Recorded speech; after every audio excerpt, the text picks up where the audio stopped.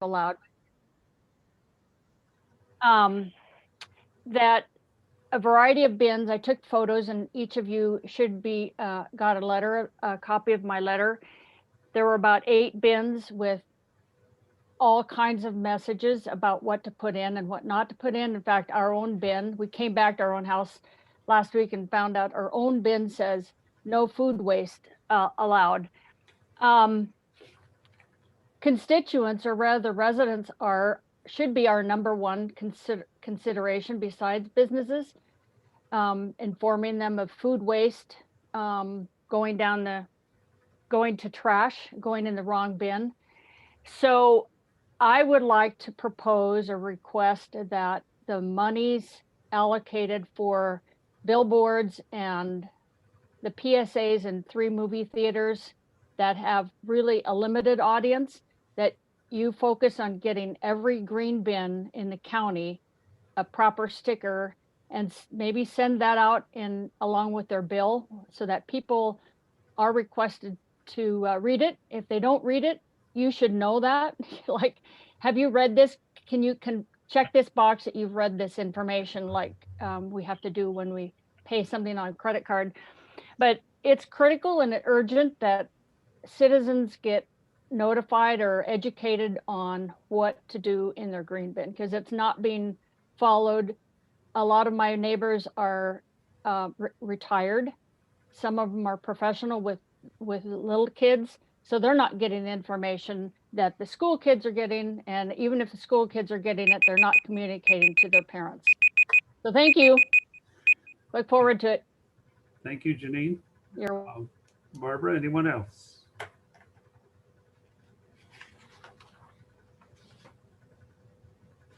I was muted. No, I have no more public comment. Okay, very good. I'll close public comment then. And we will go directly to item number 5, Executive Director's Report. Mr. Sayer. Thank you, sir.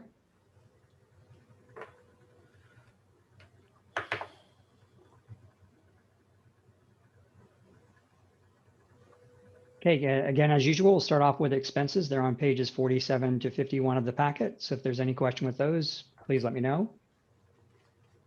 The doing business as new title of slow waste, that was the first slide that we showed. We're not going to start using it yet, but we're very close and the design is done. So I hope everybody likes that. I think it looks fantastic. And it'll be a gradual phased in process. We won't stop using IWMA.com. It'll be a gradual migration over to slow waste. We propose next month to bring back a procurement policy.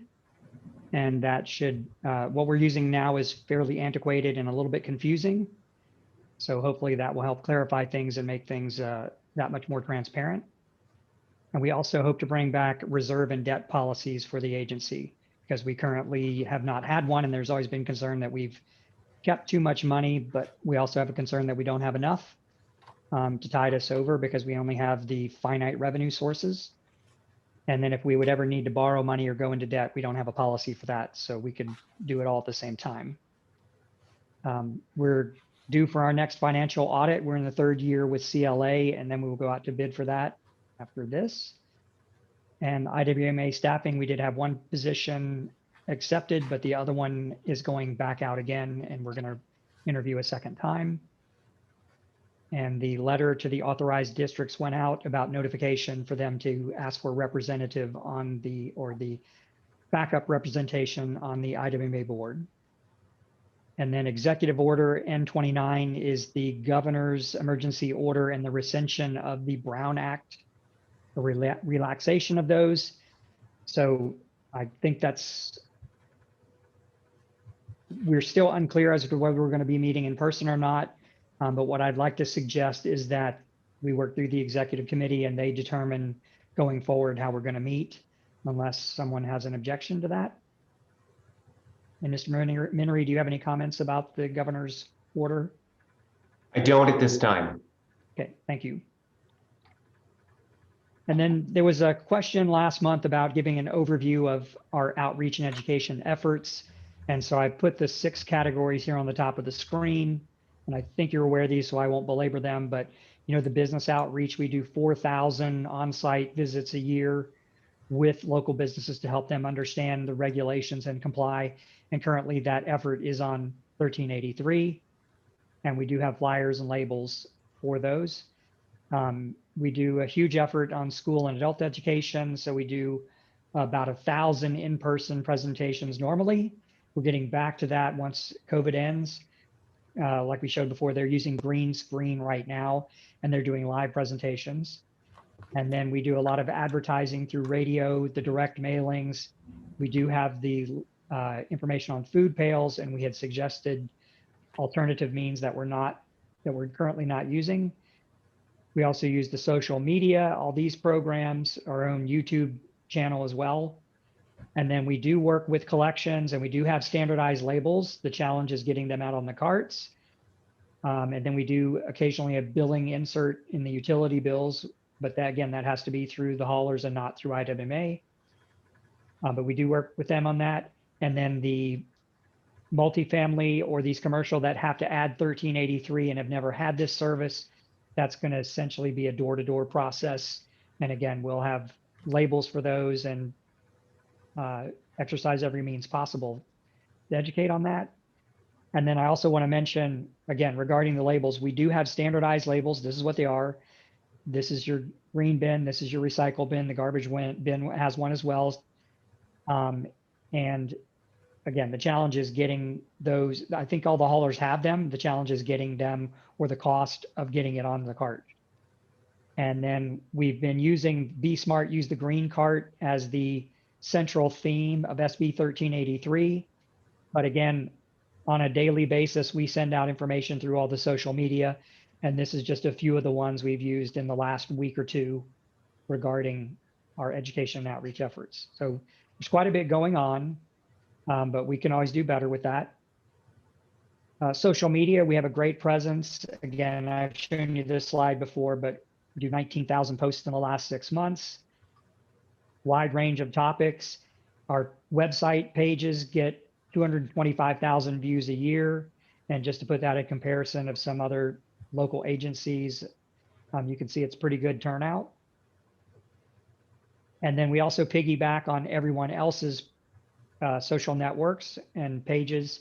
So if you subscribe to them, you get our notifications as well. So we got another almost 100,000 people through your agencies that we work with. And then Science Discovery, as I mentioned, they do the live presentations. They're not showing a video to students. And I've shown you that slide. I forgot to put it in here, but the one with all the students actually being engaged. And so the instructor is actually looking at the screen with the students live, just like we're doing here with this webinar. And in May, this is just a list of the schools that they did in May. They did 100 presentations, 125, excuse me. And again, very positive feedback on that. I just pulled this one up from Cal Poly that we got the other day, but generally they're very well received by everyone.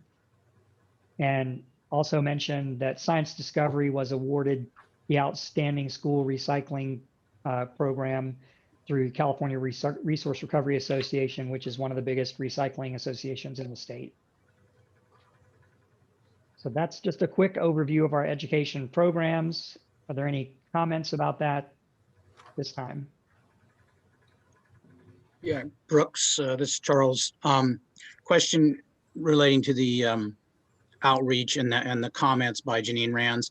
Because I mean, I think, based on the picture she took, she's identifying a genuine problem, but aren't the haulers responsible for passing out these labels that are in the lower left-hand picture of the slide you're showing? Because I mean, I got one of those as a customer, an updated one, because the old ones didn't show food, for example, going in green waste, and the new labels do.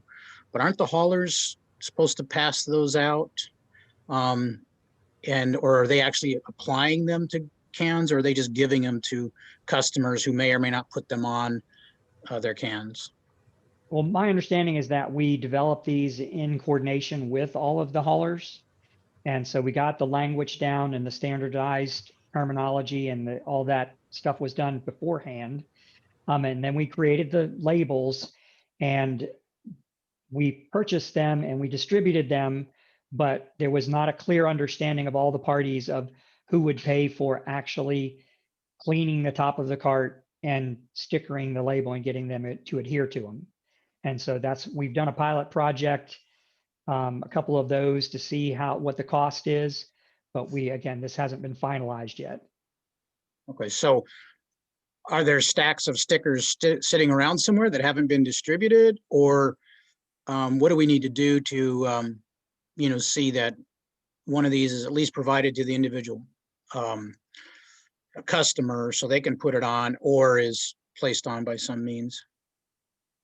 I think that what we need to do is we have the cost to figure out, we know the estimated cost to actually put them on. We just have to apply that for all the jurisdictions, recognizing that even if you go to a neighborhood and ready to have a crew ready to put these out, the set out rate is inconsistent and not everybody has their cans out. So you won't get them all out in that manner. And then we recognize if we send them out in the mail to every address through the haulers, that many people will not take the time to open that and then take the extra effort to go put it on their can. And if you don't clean it properly, it has a very good chance of peeling off within a few months. So again, we've not finalized how to do this. I think the best way would probably be to work with the haulers and figure out how to get it done by them. But then that would be the most expensive method.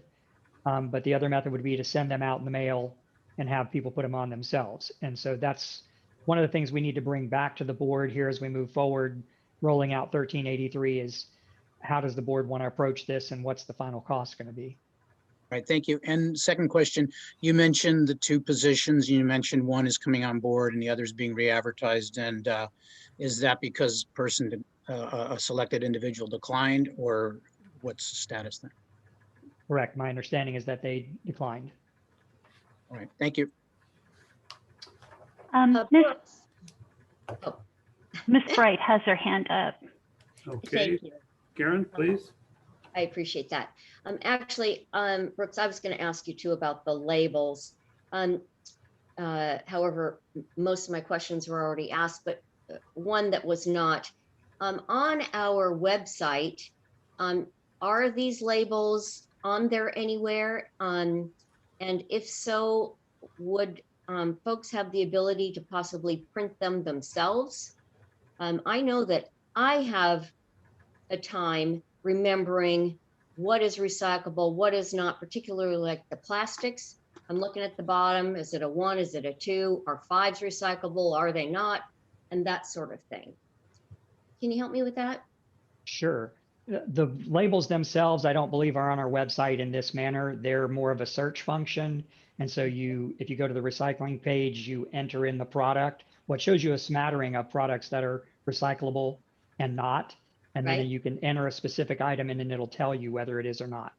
And if it's just a general, anything you put in there, it'll tell you whether it's recyclable or hazardous waste or whatever. And then regarding printing them out, we could do that, but that would just be on paper and they would just be able to hang it on their fridge or something. Well, And I have labels that I print on myself. I don't know. Oh, yeah. Okay. People might. I think they're really valuable personally. And I think other people do as well. So I never got a label. I don't know. And I've had several trash bins delivered to my house, but so I think it is something that we really do need to discuss, and we do need to get them on these bins as soon as possible. My understanding is what's happening now is whenever the haulers replace or service a bin, they're putting the new labels on as they go. But the Not cost yet, of they're not. actually that cost, it's not happening. No, Okay. at least not in the recent past.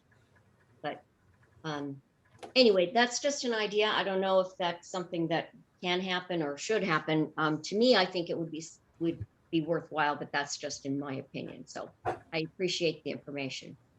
Thank you. Thank you. Jan Marks, I have a question. Go ahead, Jan.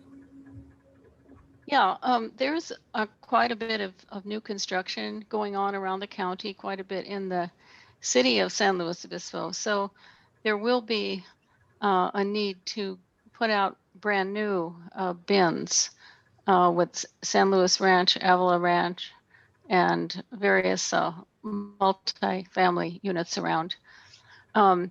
So I'm just hoping that the number of labels that we have given the haulers also include the new units that are coming on.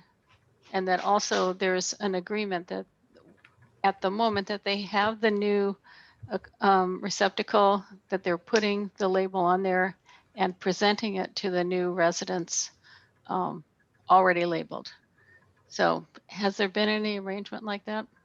Yes, well, this is something that we're working on with your franchise amendments or your franchise agreements regarding 1383, is that there would be an in-molded graphic or label that's put in the cart, and that would be permanent. And it would reflect these stickers or the information that's here comprises them. So yes, that's in Oh. there, but it's got to be approved by your jurisdiction. Okay, got it. Thank you. Mr. Enns, I have a question. Yes, Jeff? So, Jeff Heller. So Brooks, I know we've had some discussion about the advertising of billboards and movie theaters. Following up on Director Bright's comments, the thing that seems to be a really critical issue, I think, for us is to get the stickers out.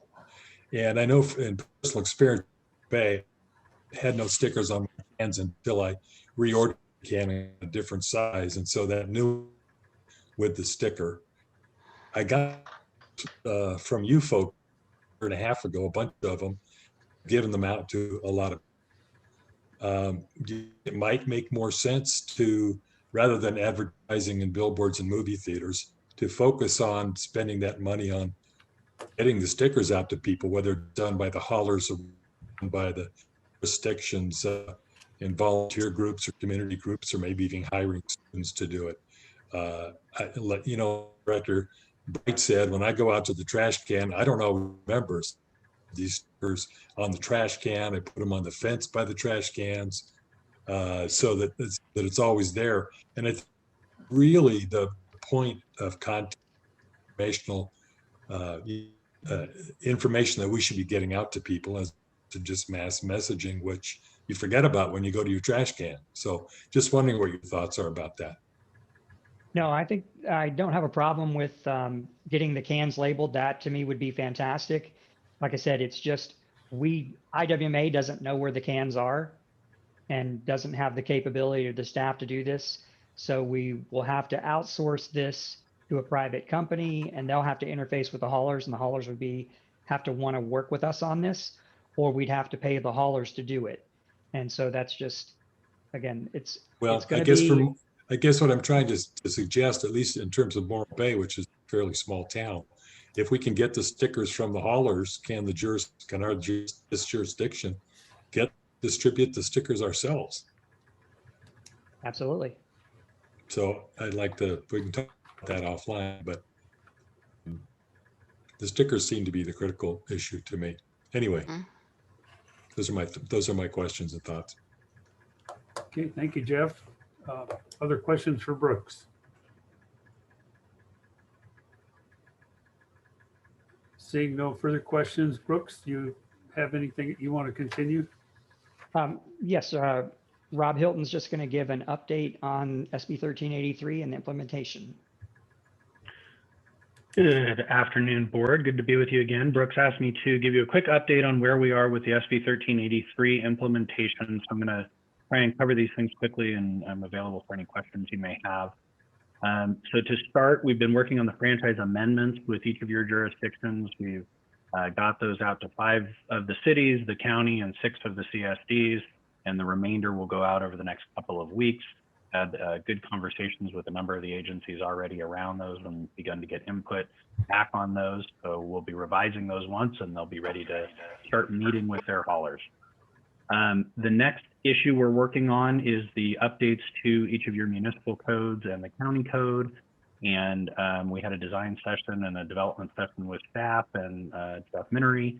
And one of the key issues that we were wrestling with that we took some policy direction from you all on was what ordinances would be adopted and where would they be adopted. And so the direction that we've taken is that each individual agency will adopt their own ordinance. There won't be an IWMA ordinance for 1383, but to the extent you want to delegate activities to the IWMA, you can do that through the ordinance.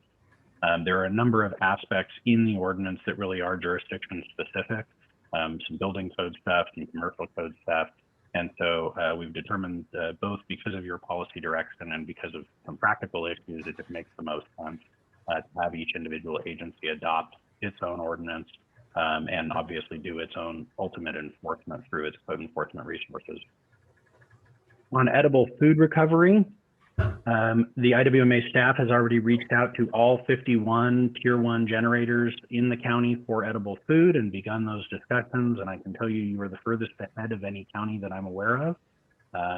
This is really sort of impressive to me that this piece has gotten pulled ahead and done so well so quickly. And that really is a credit to Patty and Kelly and their team. Similarly, on outreach, there are 3,584 commercial and multifamily customers that are out of compliance as best as we can tell with the requirements of SB 1383, and we need to get all of them into compliance by January. So that means a big surge in demand for the outreach team that's out working with those businesses and multifamilies to get them into compliance. And it's also a big surge in activity for the haulers who are going to need to go and set up service at each of those locations. We're hopeful that the haulers have ordered lots of good inventory for those containers that are going to be needed so that that isn't a bottleneck. One of the things that we're seeing and that you heard even with the kitchen pails is that there's a big demand for those containers statewide right now because of 1383. And so it's taking a little bit longer to get those things. So really important to have all of those pieces lined up between outreach and onboarding the customers into service and having that container available. And obviously, as you guys have been talking about, having those containers be properly labeled and color coded so that the customer understands what they're doing once they get it. A reminder to you that SB 619 is out there. It passed through the state Senate. It's being considered and amended a bit in the Assembly, and so it'll go into reconciliation if it passes through the Assembly, and then ultimately probably hit the governor's desk near the deadline for the end of the session. There are mixed feelings up in the Capitol about whether the governor will sign it, and his indications are that it depends on what happens in reconciliation and what gets added to it. It's also important to note that there is a provision in there that talks about a reasonable effort being a basis for deferring some enforcement action from CalRecycle to local jurisdictions, but that reasonable effort has not been defined, and CalRecycle is being fairly circumspect about what they would determine is a reasonable effort or not. So all of that to say we need to continue moving forward with these things in earnest so that you don't end up in a compliance problem later in January of next year. Also a reminder that there are a number of activities that you cannot delegate to a private party. And I know a lot of you are with smaller jurisdictions that don't have a lot of staffing resources and things like that. CalRecycle doesn't care. They insist that the reporting, the monitoring, the inspection, the waiver management, enforcement, all of the procurement stuff and all of the building counter stuff has to be done by the local agency or delegated to a JPA. And so it's important to know that you can't just delegate these things to your haulers. You can't delegate these to some other private company that you may contract with. The law requires them to be done by some governmental agency. So making sure that you've got all of those other supporting infrastructure things in place beyond just the franchise and the code. And then lastly, CalRecycle is starting to give us a sense of what the compliance process would look like for agencies that are out of compliance in January and February when they start checking. What we understand is that they would be dictating compliance orders to any agencies that they deem to be out of compliance, which means that you're going to have less control over how you do these things, and that you'll be giving compliance status updates on a fairly frequent basis to CalRecycle, which means there'll be sort of extra effort around, doing the implementation that you need to do anyways, and also monitoring and reporting against this compliance order that you would be on. So it's looking more and more like getting into compliance as much as possible by that January date is going to save you a lot of extra work and a lot of extra costs on the other side. So we've been very impressed again to watch your staff working on this in much bigger earnest than I've seen in some of the other agencies that we work with around the state. And I think it's going to position you well for success. So that's my report, and I'm available for any questions y'all may have. Okay, questions for Rob? Must have a smart group here, Rob. They don't have any questions. So he says good. So thank you, Rob. Appreciate the update. And Brooks, I'll take it back to you. Okay, that's the end of my oral report, sir. All right, any questions, final questions for Brooks? Hearing none, we'll go to the consent agenda, and I'll open that for public comment. Barbara? Okay, at this time, if a member of the public wishes to make comment on items on consent agenda, you may press the raise hand button found at the bottom of your screen. Or if you're on the phone, you may hit *9. I see no one for public comment. Okay, I'll close public comment on the Oh, consent. I'm sorry, Mr. President, I have one. You're too slow. Oh. Thanks, Barbara.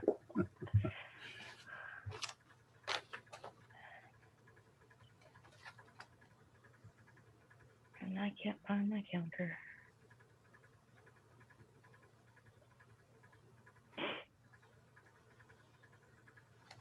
Sorry, technical difficulty.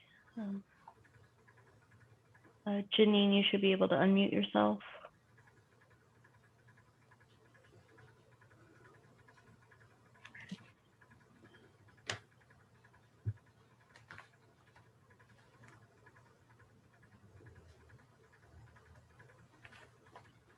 Sorry, Janine, 1 second. My counter isn't showing up. There it is. Okay. Are we already on to consent agenda? I would Yeah. like to speak out against the agenda number 13, that before the PSA in theaters is approved, that we really address the importance and the efficiency of that, as many people are not going to theaters, and there's only 3 theaters. Janine? So anyway, yeah. Janine, That's we're on the Oh, okay. consent agenda. It's just the minutes of 2 meetings, and Okay. we will get to 13. I'll jump ahead. Thank you. So Sorry. come back on 13. Will Thank do. you. Chair Enns, Yes. this is Jan Marks. Hi, Jan. I was unable to attend the meeting of May 12th, so I will not vote on those minutes. Okay, in that case, we'll take them separately.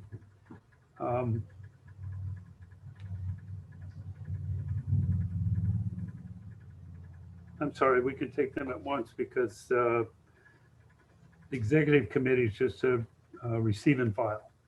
So a motion, if there are no other comments, motion would be in order to approve the consent agenda. Hammond, so moved. Thank you, Karen John. Bright, second. Thank you, Karen. Motion and a second. Any other comment? Cheryl, roll call vote, please. Mr. Hammond, Aye. Ms. Bright, Yes. Ms. Arnold, Yes. Mr. Burbeau, Yes. Ms. Compton, Yes. Mr. Gibson, Yes. Mr. Heller. Yes. I have Ms. Marks abstaining, Mr. Newton, Yes. Ms. Ortiz-Leg, Yes. Mr. Pichon, Yes. Mr. Storton, Yes. and Mr. Enns. Yes. Motion passes 12 to 1 abstention. All right, thank you, Cheryl. With that, we'll go to the regular agenda, and a reminder that we will take public comment on each item. And with that, we'll take item number 8, and I'll give that to you, Brooks. Thank you, sir. Just give you a quick background on how we set this up. Items 8 and 9 are amendments to the JPA and the MOA with the special districts. And these were required by Cal Recycle to implement 1383 on your behalf, for all the jurisdictions' behalf. And so if we agree on that, you're agreeing to those in form, those have to be approved by the jurisdictions. And then if we agree to work together, then we put 1383 in the budget. So we're going to ask you to approve the budget. And then if you agree to that, then we will have rate resolutions 11 and 12. So these all kind of link together and we can just approach them one at a time. But I just wanted to give you an idea of how they're working or how we put them together. So item 8 is a JPA amendment. Item 9 is the amendment to the MOA, and these are with the special districts who have solid waste authority. So again, there's nothing here that's beyond 1383. Essentially what's happened is Cal Recycle did not include JPA in their definition of what constitutes a jurisdiction on behalf that could implement 1383. So in order for the JPA to do this on behalf of the jurisdictions, we have to pass these amendments. And I also want to point out there at the bottom on item 8, section 3, it does say that we have the ability to pass ordinances, but specifically the language says ordinances as are necessary to ensure and oversee compliance with any and all future state mandated programs. But if the board is uncomfortable with that language, we could take this out.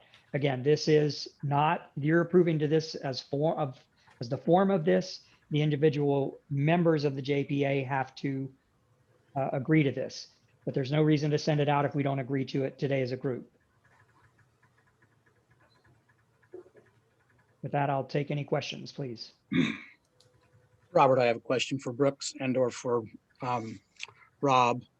This is Go Charles. ahead. Yeah, when Rob, I mean, I read this, had no problem with it, but then when Rob made his comments about each jurisdiction passing their own ordinances to implement 1383 and the IWMA not passing ordinances, it made me wonder about this particular clause in regards here, saying this would enable the IWMA to enact these kind of ordinances to implement state mandated things in 1383.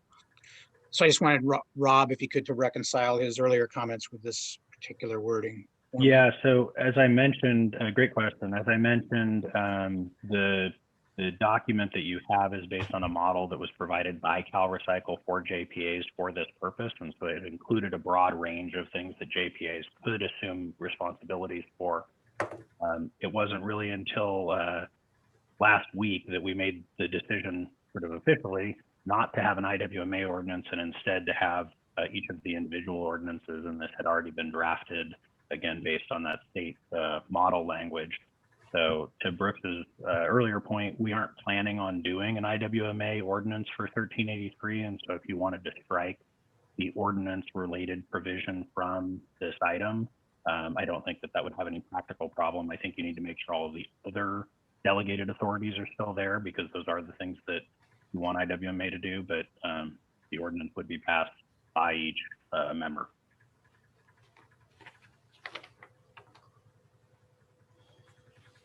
Okay, thank you, Charles. Any further questions on item 8? I'm just curious because in having every jurisdiction pass their own ordinances, I mean, that's a staff report in every jurisdiction, a council or board of supervisors action.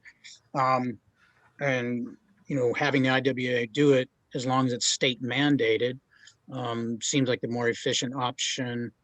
Are there differences that different jurisdictions might do differently that we would, that we would want that ability for each jurisdiction to do their own? One of the practical considerations that drove this, besides the policy input that we've gotten from all of you, one of the practical considerations was we were going to have to amend everybody's ordinance anyways. Because you have to include the Cal Green and MWELO and enforcement provisions, we were going to have to do the circuit to go around to every agency and install some piece of language in each agency's code And so we decided if we've got to do the staff report, the presentation, taking the time, taking the action, all of that, we may as well do it all at once and base it on a model. Thank We've you. also heard from some of the agencies we've met with that there are broader changes that they want to make to their municipal codes around the solid waste chapter. And so that also informs this. Thank you. That answers my question well. Thank you. Yeah, I'd like to just ask you to point out the actual language that we're talking about. What page is it on? What number is it? I believe it's right here on the slide. It's item 8, section 3, and it's the underlined text here. Section 3, okay. And it's also in the last recital. Right. Well, it seems to me that it's possible that different cities may want to operate differently. And if we could make it clear that that language is not limiting, it's a floor, not a ceiling in terms of what people can do. I think that that would make sense. You know what I mean? So it's not limited to ordinance that are necessary to ensure and oversee compliance with any and all future state mandated programs related to solid waste, etc. You know, that we would not be in any way limiting the individual jurisdictions.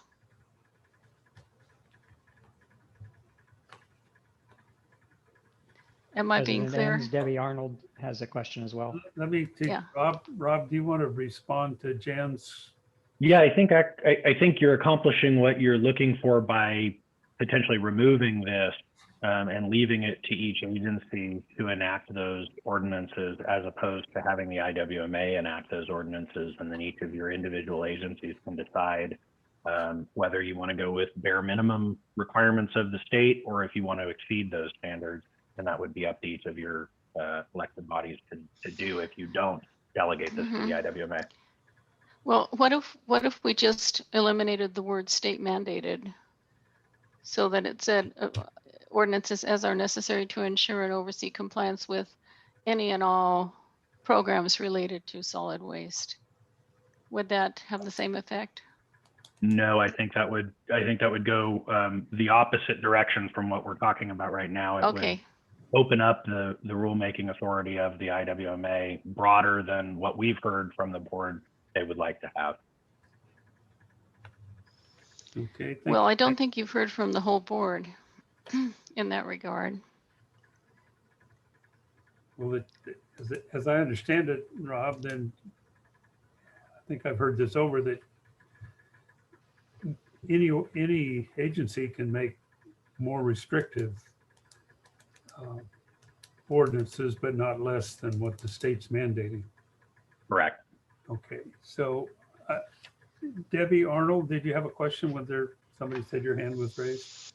I do, Robert. Thank you. I had some questions on this, so I won't be supporting this, but I did have a few questions. So in your background on this staff report, you talk about SB 1383 regulations allowing jurisdictions to designate a private or public entity the authority to implement and enforce SB 1383 regulations. But it goes on to say it also provides, although a jurisdiction may delegate this JPA the authority to execute the requirements, a city or a county or a special district shall remain ultimately responsible for compliance. And it goes on.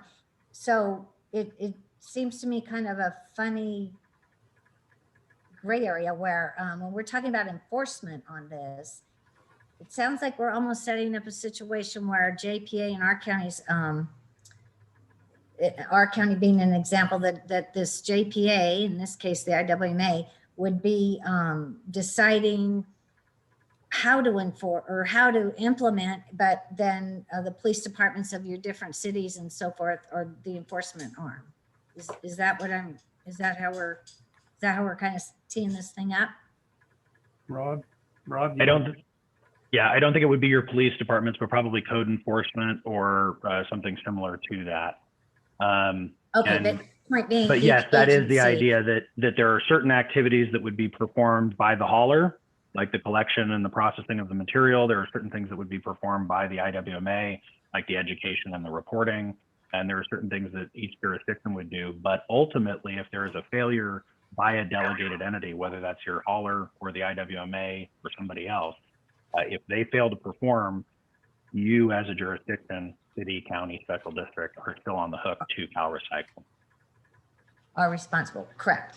I sometimes, and I think we have this with all laws, whether it's jaywalking or whatever, there's always interpretation. So it feels like anyway, I'm still thinking this is getting a little bit further than I think the citizenry would like in establishing, you know, who's in charge. One thing when the JPA was established to try to help compliance, education, those kinds of things, but we're starting to get into legal and enforcement. So then when I was looking it up, this is the second, it looks like amendment number 2 to our JPA. So our JPA was established in 1994. I could never find a first amendment to the JPA. So I'm assuming when I read the April of the year 2001, the MOA looks like it was written in such a way that within the MOA amendment, it said this will act as also an amendment to the JPA. Am I reading that right? This might be a Jeff question. That President Ans, the may I second respond? amendment to the JPA. Yes. Okay, sorry. Yes, the MOA is, the language of the MOA says that it will be a first, it's not titled the First Amendment, but it states within the body of the document that it will be viewed and considered as a First Amendment to the JPA. That's why this is titled the Second. I just want. You're correct. So this is the second amendment in 27 years made to this JPA, the way I'm calculating it. So what I'm wondering is, it talks about in here, well, first of all, and Brooks, you said there's really nothing here beyond implementing and enforcement on 1383. But one of our whereases that we would be approving, should we approve this today, is whereas the parties desire to avoid a series of amendments to the agreement, meaning the JPA, I guess, Jeff, you jump in if I'm saying something that I'm not misunderstanding, over time due to future state mandated programs. And as such, the parties, all of us, are expressly designating and authorizing the IWMA board to enact policies, resolutions, ordinances as are necessary to ensure and oversee compliance with any and all future mandated programs related to recycling, blah, blah, blah. To me, this is a crazy deal. First of all, in 27 years, this will be our second, or we've only had one amendment in 27 years. But this goes well beyond, this potentially goes beyond anything the state ever dreams up in our grandkids area. In other words, I feel like we're handing, for our own agencies that we represent, that we're just kind of shoving anything that ever comes up ever again off to the IWMA. And then it talks about the IWMA board hereby grounded following additional powers. So I'm taking that to mean powers they haven't had before. And in reading through it, we talk about monitoring education related to all ordinances required by 1383, including, but not limited to, monitoring compliances through route reviews, inspections, determining the applicability of waivers, determining whether violations have occurred. In other words, we're kind of giving it all up to the IWMA. And in talking to the haulers, which I'll get into in our next item, item number 9, I don't know.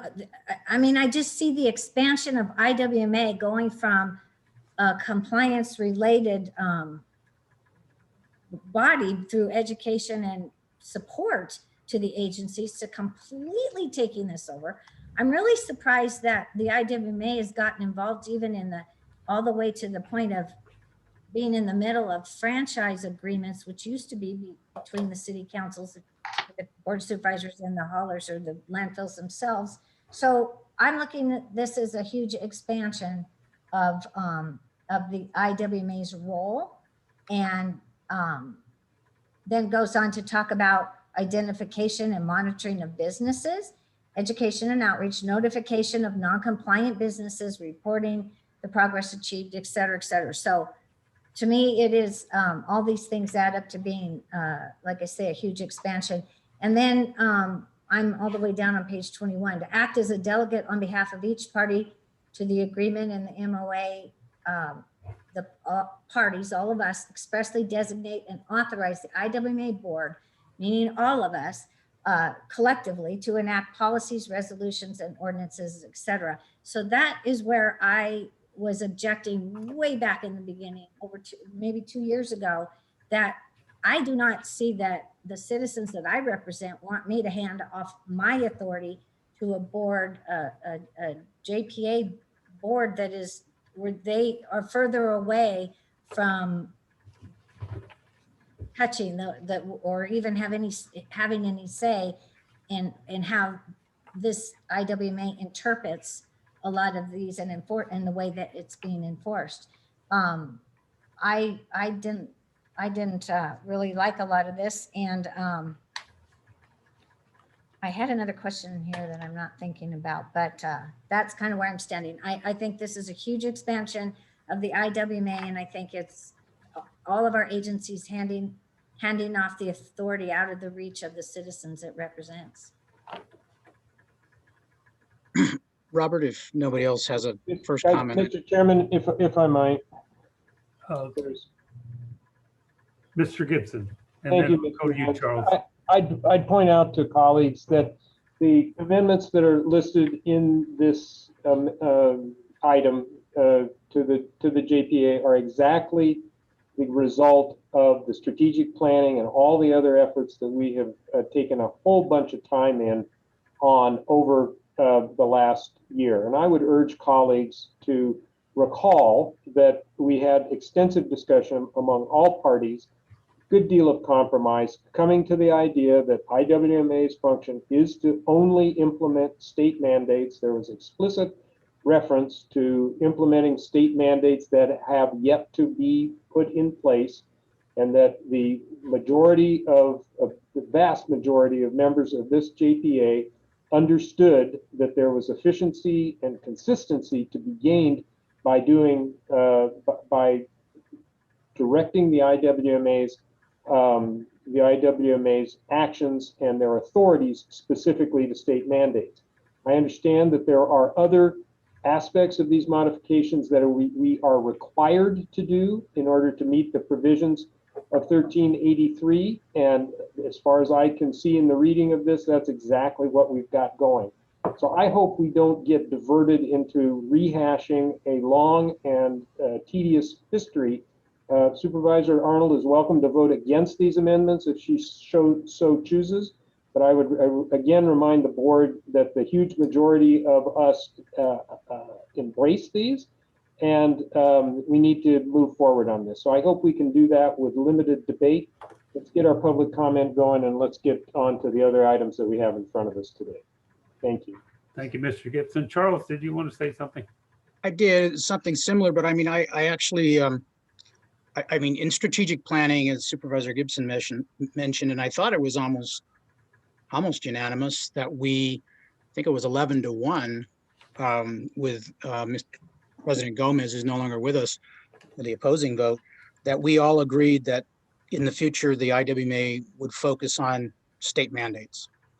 And so while I see that Supervisor Arnold's concern about if this was by itself, it's like, why are we giving, quote, more powers to the IWMA? But, you know, this is all focused on state mandated items, and the entire purpose of the IWMA, at least from my perspective as a city with an extremely limited staff, is we don't want to be in the garbage business. We don't want to be in the garbage, you know, policy business on a day-to-day basis. That's why we joined the IWMA as a JPA. And as Rob Hilton has outlined many times in the slides, if each city ends up doing all this stuff on their own, it's going to cost each of us a lot more staff time, a lot more money. This is the more efficient government route. And the key phrase in all of this is state mandated item, because I think that's what we all agreed should be the focus going forward. And that's the, I hope would address Supervisor Arnold's concern, is that, this is focused on enabling the IWMA on behalf, not taking over, grabbing, but on behalf of us, other jurisdictions, to more efficiently take care of these requirements. So not a power grab but strictly focus on those state mandates so that we don't have to. That's Okay, thank you, Charles. Debbie, did you? why have I'm another- comfortable with that, because of that focus on state mandates. Right. Thank you, Charles. Debbie? You're muted, Debbie. Thank you, Robert. I kept forget to push that little button. I just want to reiterate that if we were speaking to the citizens in our each of our jurisdictions and or even the rest of our city councils or board of supervisors, I would think that and again, this talks about granting specific additional powers to the IWMA for implementation, monitoring, compliance with legislative mandates. Yes, that's true. But there's still, I don't believe this is ever what we originally signed up for in 1994. I think it was an effort to help with compliance and reporting and education. And now we're turning a lot of authority over to an unelected board that will really have a lot of influence over our individual jurisdictions. And there's never been a body of folks that I've talked to that say, yeah, make sure that some of the laws that we are, are being enforced upon us are being done by bodies that, we don't vote for or have any control over. This to me, nope. So I just wanted to be sure I was understanding it correctly and that everyone else did. I also want to say that in meeting with the different haulers and whatnot, I just have to think that this is going a little far for them, where it will be taking away their abilities. Every jurisdiction on this meeting that you're all representing has a different hauler, use different landfills, those kinds of things. But you all have right now the ability to work straight individually. When Charles is saying we don't want to be in the garbage business, we're not. Most of you contract with haulers and landfills to do all that. The reporting is what seemed to be the challenge or the problem, the time and effort to do each individually do reporting, but we're getting well beyond that now. So I just wanted to ensure that I was understanding this right. And that's all I have. Okay, thank you, Debbie. Is there anyone else? I'm not hearing anyone come forward, then I'm going to open this to public comment. And Barbara, go back to you. Yeah, at this time, if a member of the public wishes to make a comment, you may hit the raise hand button at the bottom of your screen, or if you're on the phone, you may hit *9.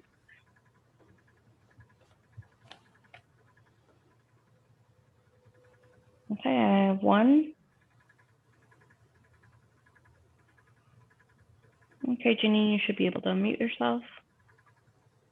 My comment when I listened to this, and particularly state mandates, the state mandate back in, I believe it was 89 and then reaffirmed in 2004 or something like that, mandated that we reduce recycling by 75% and to landfill. And in all of our conversations here, I never hear, let's work on those mandates that reduce and call out for recycling to be reduced and for us to reduce our total trash. So that's my frustration, I guess, or something I'd like to have discussed when we're talking about state mandates. Thank you. Okay, thank you, Janine. Anyone else, Barbara? I have no one else for public comment. Okay, I'll close public comment on this item, bring it back to the board for a motion or further discussion. Mr. Chairman, it's Bruce. I'll move staff's recommendation. Karen Bright, second. Okay, we have a second by Karen Bright. I'm sorry, who was the first? Bruce. Bruce Gibson. Thank you, Bruce. Any other board discussion? Seeing none, roll call vote, please. Mr. Gibson, Yes. Miss Bright, Yes. Miss Arnold, No. Mr. Burbeau, Yes. Miss Compton, No. Mr. Hammond, No. Mr. Heller, Yes. Miss Marks, Yes. Mr. Newton, Yes. Miss Ortiz-Leg, Yes. Mr. Pishong, No. Mr. Storton, Yes. Mr. Enns. Yes. Motion passes 9-4. Okay, thank you, Cheryl. With that, we'll take item number, Mr. Nine. Enns, I believe it's 9-5 on the vote. Oh, yeah. That can't be right. Okay, Only never 13 mind. Members. President I Ann? thought we had 5. you okay? Who else had a question? President Ann, if I might make a quick comment. Yes. Your board approved this as to form of an amendment to the JPA. The majority of the county supervisors voted against this. It would probably be a futile exercise to send this out to the member agencies if the county's not going to agree to this. So perhaps your board might want to consider having this come back and try to get into a form that would be acceptable, at least to what we know is the majority of the supervisors. Or we could just send it out and see if there's a change. So just bringing that up.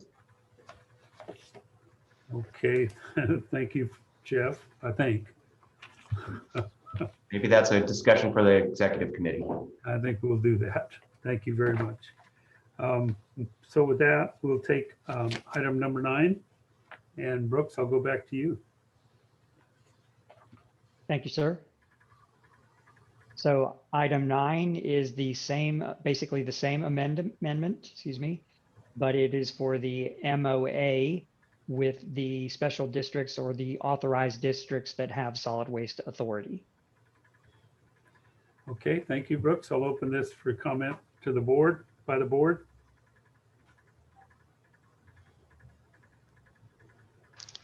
Jan Marks, excuse me.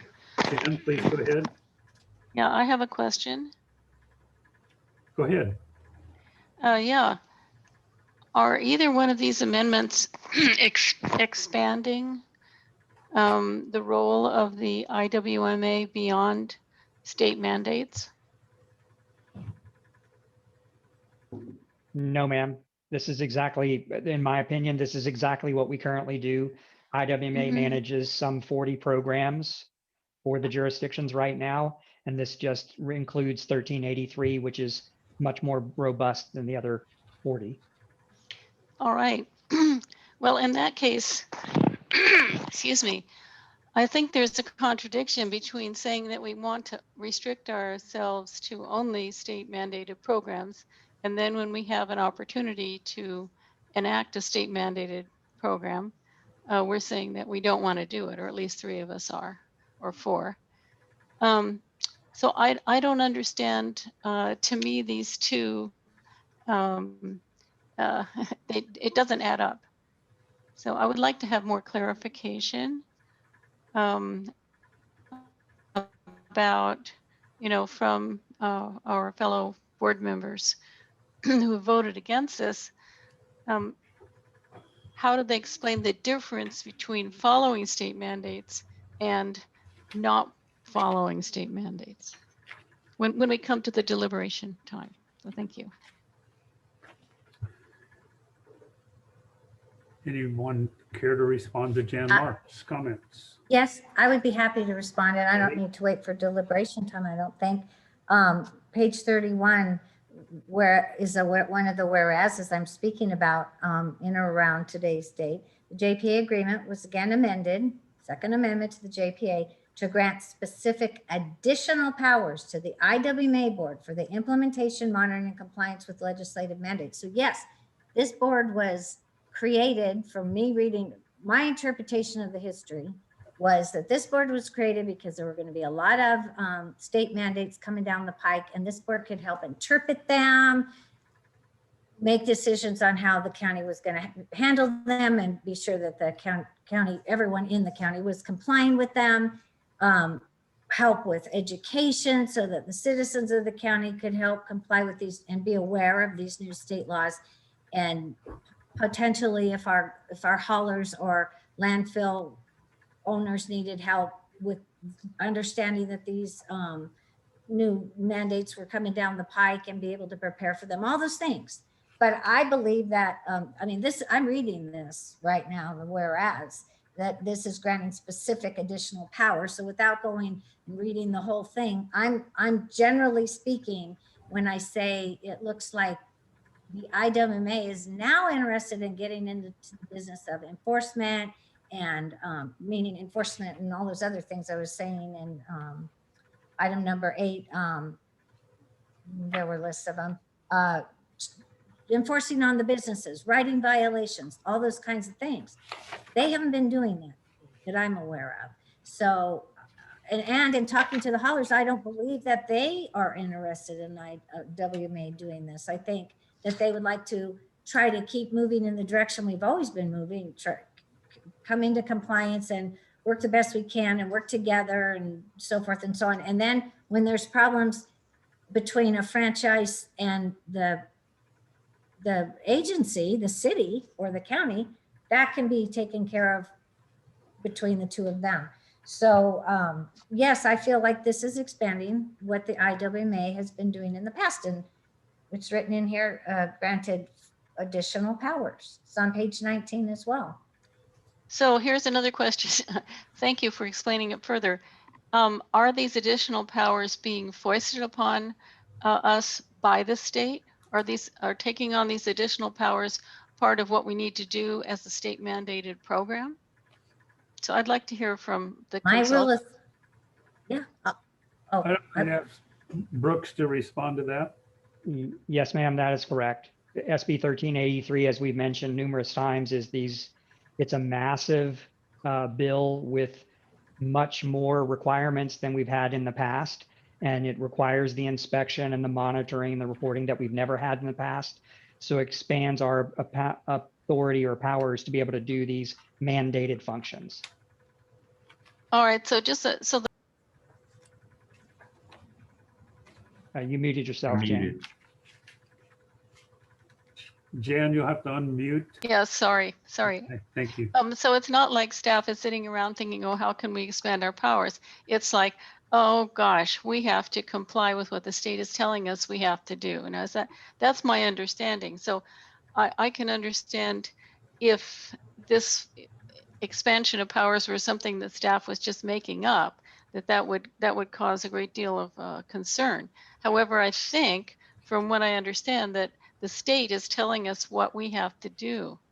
And so again, to me, there's a contradiction between wanting to comply with state mandates, and then when we have the chance, the opportunity, in fact, the mandate to do so, we're saying, no, we don't want to do it. So we can't really fight with the state of California on all this stuff. That's my opinion. Here is John Hammond. John Hammond, please. Yeah, I respond to Jan. Jan, again, it comes down to me that I can't trust my colleagues on this board anymore to have the right to stay within our lane that we designed for the JPA. And we clearly saw that with the styrofoam. And again, having an ordinance like this or additional language that gives the board more power really scares me at this point. And that was the reason why I'm voting against it at this point. So hopefully we can change that, or at least have different agreements. But it's been proven this last few months that you know, we really can't trust you at this point to stay within the lane. Okay. And Robert, may Debbie? I'll respond to, I have reached out and tried to understand this whole issue, but when you do hear from some of the industry folks, they feel like the things that are required by 1383, they're doing most of anyway, and they don't feel as threatened or like this is so onerous, and that we need to come down with, you know, an enforcement agency that's different than, or anything than what we've done in the past. So that too is a little bit of a conflict in my mind. All I'm saying is I think some of these kinds of things, I mean, waste and the way we handle these state mandates is like any of our agencies have to handle any other kinds of mandates that the state puts down on us. But handling it in a more local jurisdiction, I think maybe more prudent at this point, in that the ordinances and the experiences in the last couple of years, this is an unelected body, and yes, coming together to pool our resources to comply with something is one thing, but enforcing over each other's territory or making those kinds of decisions, I don't think that's Robert? Sure. Yeah, I'm sorry if Debbie is done. Go ahead. If I have a Charles, comment and then a practical what question for most Jeff constituents. Minery. Okay, I'm hearing Debbie broken up. Debbie, No, I'm not broken up. I'm just saying I can't get my hand to come down. I got it. I was having a pound on my keyboard. all right, thank you. Okay, Charles? I'm sorry if I was interrupting you, Debbie. My comment You would were be not. that, is that I understand where John Hammond, you know, his statement regarding polystyrene ordinance in the sense where you have, you know, jurisdictions wanting to impose something that was not state mandated on all of the jurisdictions in the county. I understand that concern. What we're looking at here is, you know, 1383 imposes a whole bunch of things, which many of us might think are onerous, and many of our businesses might think are onerous requirements. I'm a little surprised to think that haulers might think that it's not a big deal, but in any words, those are new requirements, new state mandated requirements that the state is saying you have to impose these things either individually as jurisdictions or collectively through a body like this. I still think, I mean, that for me as a city with a small staff, that's why we joined the IWMA, for that to be more efficient. But I would point to the clause in here that says that enforcement, you know, the IWMA will do the education. It would do an initial notice of violation to a, hey business, you're not doing X as required under 1383. But then that would be, an enforcement action would be referred back to the jurisdiction. And so it's not, you know, the IWMA wouldn't be going out and trying to write a citation against a business. You know, that would be referred back to the individual jurisdictions. And so I hope that, you know, kind of addresses a concern that, you know, it's certainly not a power grab by the IWMA staff. This is something we all got to do somehow. But so that's my comment. The practical question to Council Minery is, as you noted, you know, a majority of the Board of Supervisors, our largest jurisdiction, just voted no on the previous amendment. As a practical matter, you know, we voted 9-4 to send this out to the jurisdictions, goes out to the jurisdictions. So one or more, let's say the county and maybe another city or something, says, no, we don't agree to this JPA amendment. Under the terms of our JPA, that means does that mean that any jurisdiction not concurring with the amendment negates its implementation? Yes. Okay. So ultimately, if this agency, as the IWMA, is going to implement 1383 in any regard, we're going to need an amendment to the JPA. We know that. There's an objection to the wording. This MOA before you now is simply the authorized districts agreeing to the amendment. So yes, if we can't do it, if item 8 that the board just considered does not get through the county, then we're going to have to come back with something that will. Otherwise, we can't, or any member agency could halt the amendment, and your board does not have authority to implement SB 1383. Okay, so my follow-on question then would be, would the majority of the Board of Supervisors be willing to have a committee of at least one, maybe two of those supervisors sit down with one or two other members of this board and, talk this through and see if there's a possible resolution up to the wording to their satisfaction that would be satisfactory to everybody else as well. Thank you, Charles. I'll defer that question to you, Debbie. Yeah, I would absolutely be willing to sit down with anybody who wants to sit down with me. I do want to say, Charles, on page 3 on item D, when you were just talking about what the way you were describing your thoughts about how this would be implemented, it says right here that part of the IWMA's responsibilities then would monitoring education, of course, which it's always been, related to all ordinances required by SB 1383, including but not limited to monitoring compliance through route reviews and inspections, determining the applicability of waivers, determining whether violations have occurred, and issuing notices of violations where necessary and or appropriate. So that'll be up to them in your city.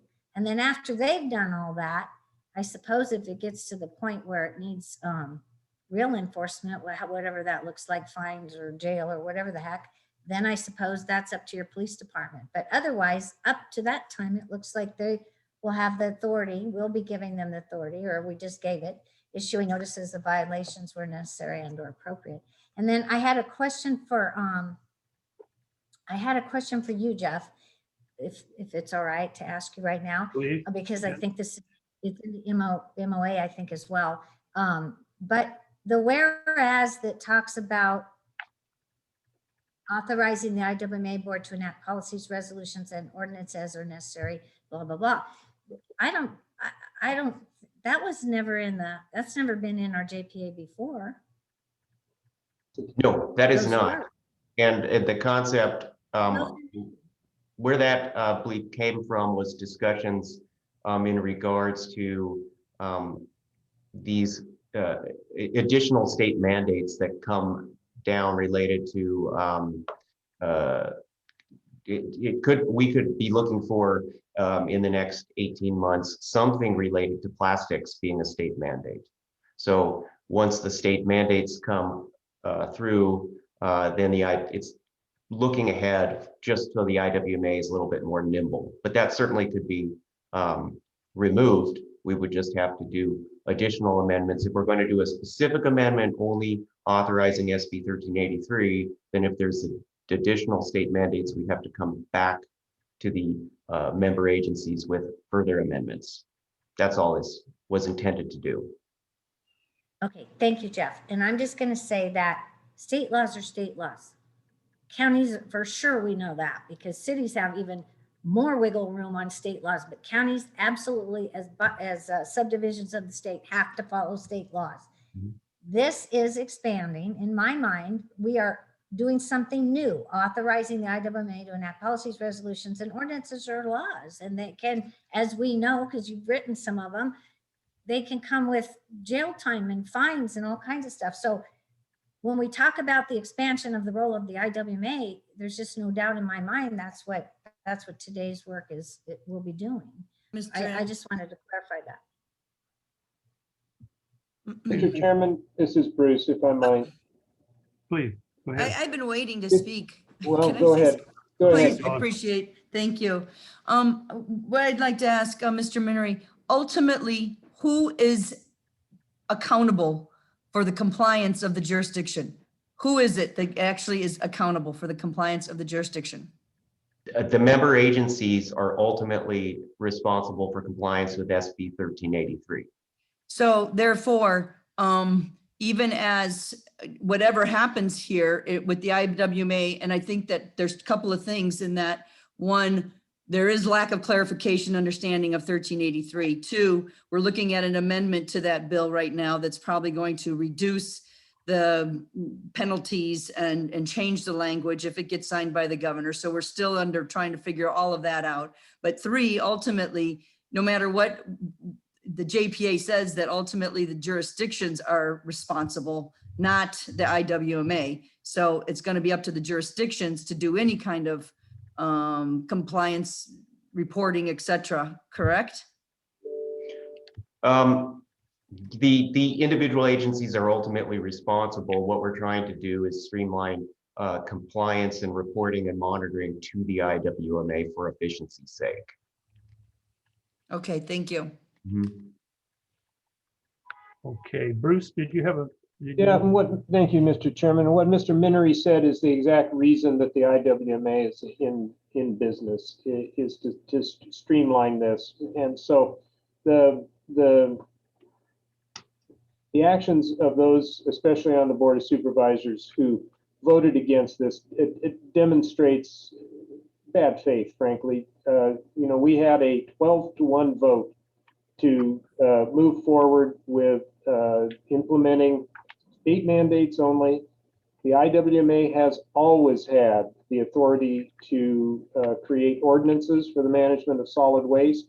We have always had the authority to enforce those mandates, and all that extra language that Supervisor Arnold keeps repeating is been within our powers for quite a long time. So to have gone through the incredibly tedious and exhaustive process of reforming the mission of this IWMA to handle state mandates, and then to vote against the very amendments that were the product of that discussion, evidences intent to simply hobble this organization. And I think that's deeply unfortunate and extraordinarily poor governance on the part of the board majority.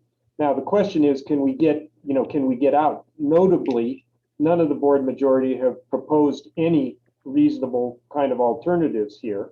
And I don't know whether they might, in the course of time between the approval of item 8 and the consideration by the full Board of Supervisors, rethink this. This is completely independent of whether the county wishes to stay in this JPA.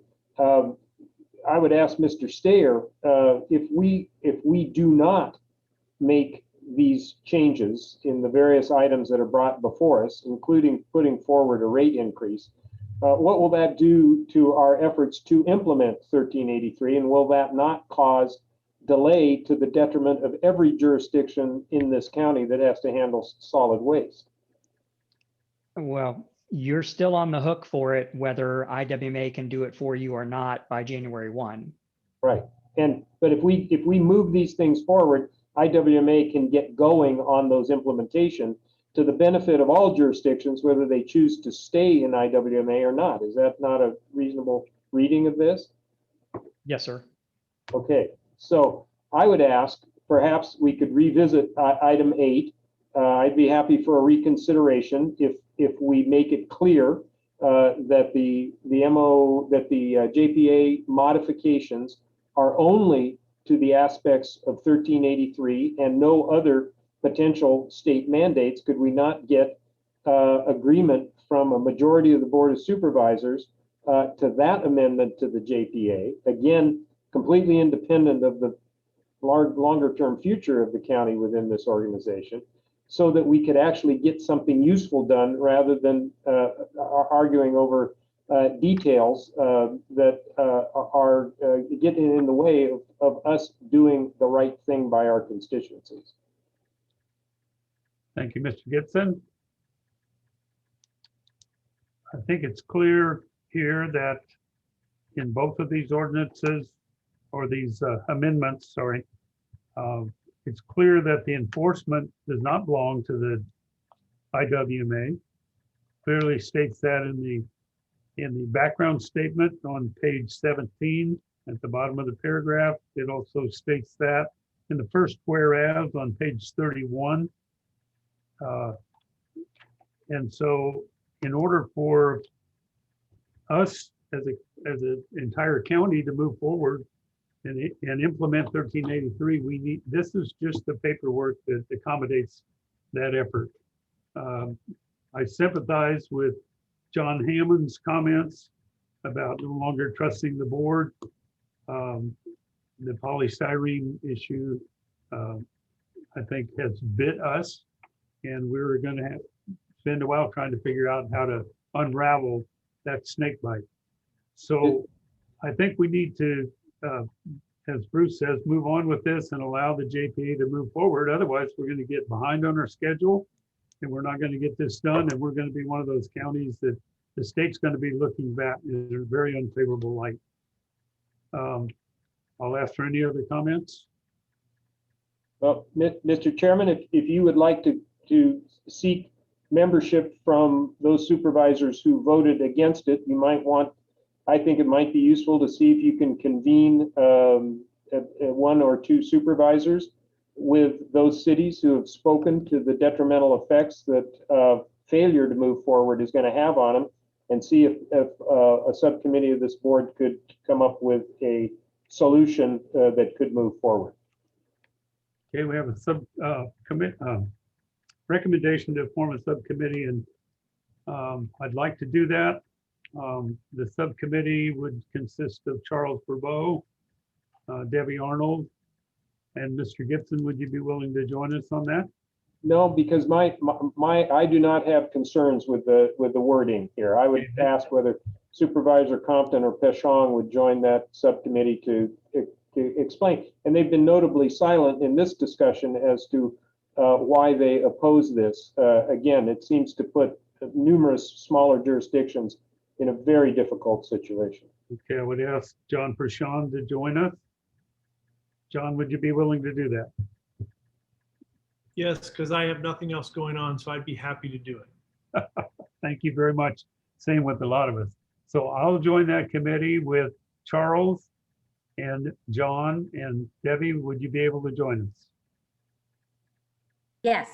Okay, and then we will forward you a meeting notice time, and thank you for the recommendation, Mr. Gibson. So with that, are there any other questions? If not, I'll open this for public comment.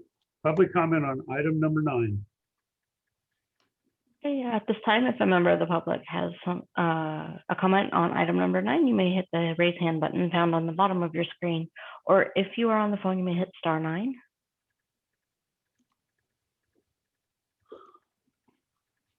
I see no public comment. Okay, thank you. Barbara, I'll close public comment then and ask for a motion from the President, board on item number 9. President Ans, may I make one comment on this? Yes, yes, please. Thank you. President Ans, directors of the board, I want to make one comment that since the MOA was adopted in 2001, you'll see that there are a couple member agencies that have changed. We have a couple additional agencies with authorized districts with garbage authorities such as Ground Squirrel Hollow. San Simeon just activated. San Simeon CSD just activated their authority but are not utilizing it yet.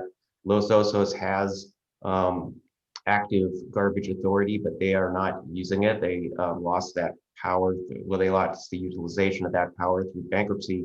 So please keep in mind that the member agencies of the MOA may be slightly different in final form. It doesn't affect this agency in any regard, but I just wanted to point that out, that we'll coordinate those little nits before it's executed. All right.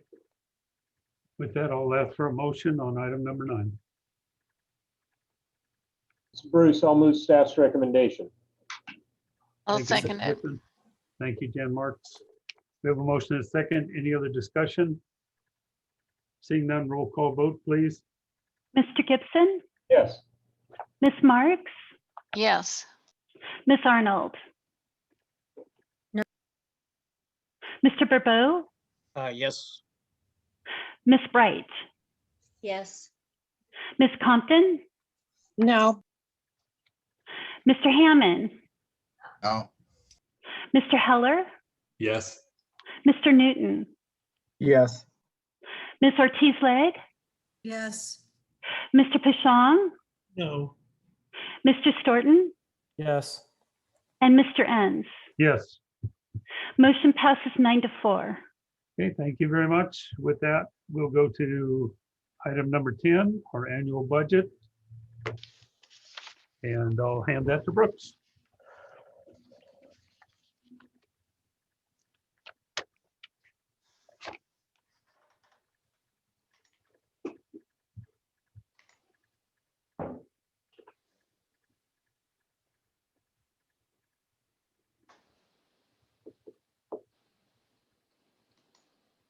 Can you hear me? Yes, we It's can. telling me my Zoom has quit. You're on. We can hear you. There you are. Now we can also see you.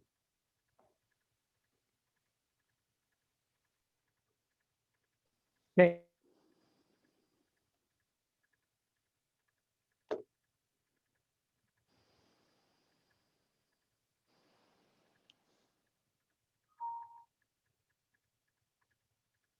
Am I back again? You're Yep. back now. Thank you. It's cutting in and out on me. Sorry about that. You're good now.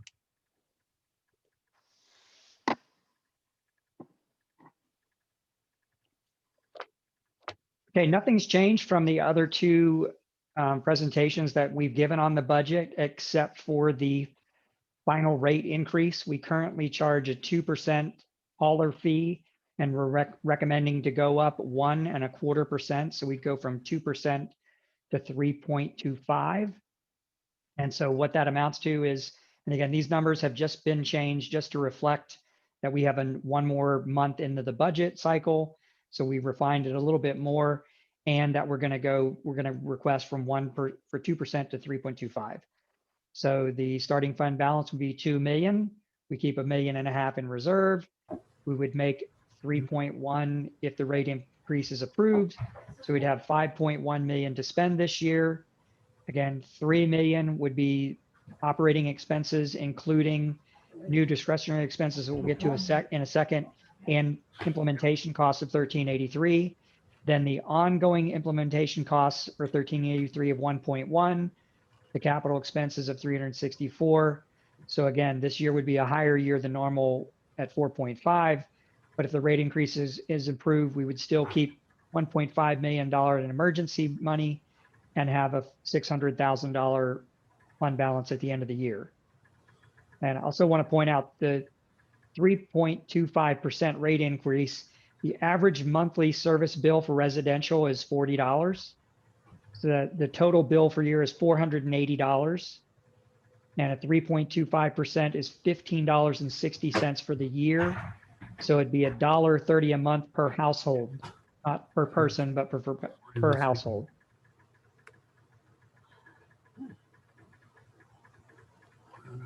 And again, the projected revenue did not change from prior, other than we reduced it to 3.1. The expenses stayed the same. And our capital expenses stayed the same. Again, the main work would be the $200,000 for the building and $135,000 for the new HHW facility in San Miguel. I did want your input or final approval of the discretionary expenses. The main one here is the county SLO County Blue Bag program, which is $150,000.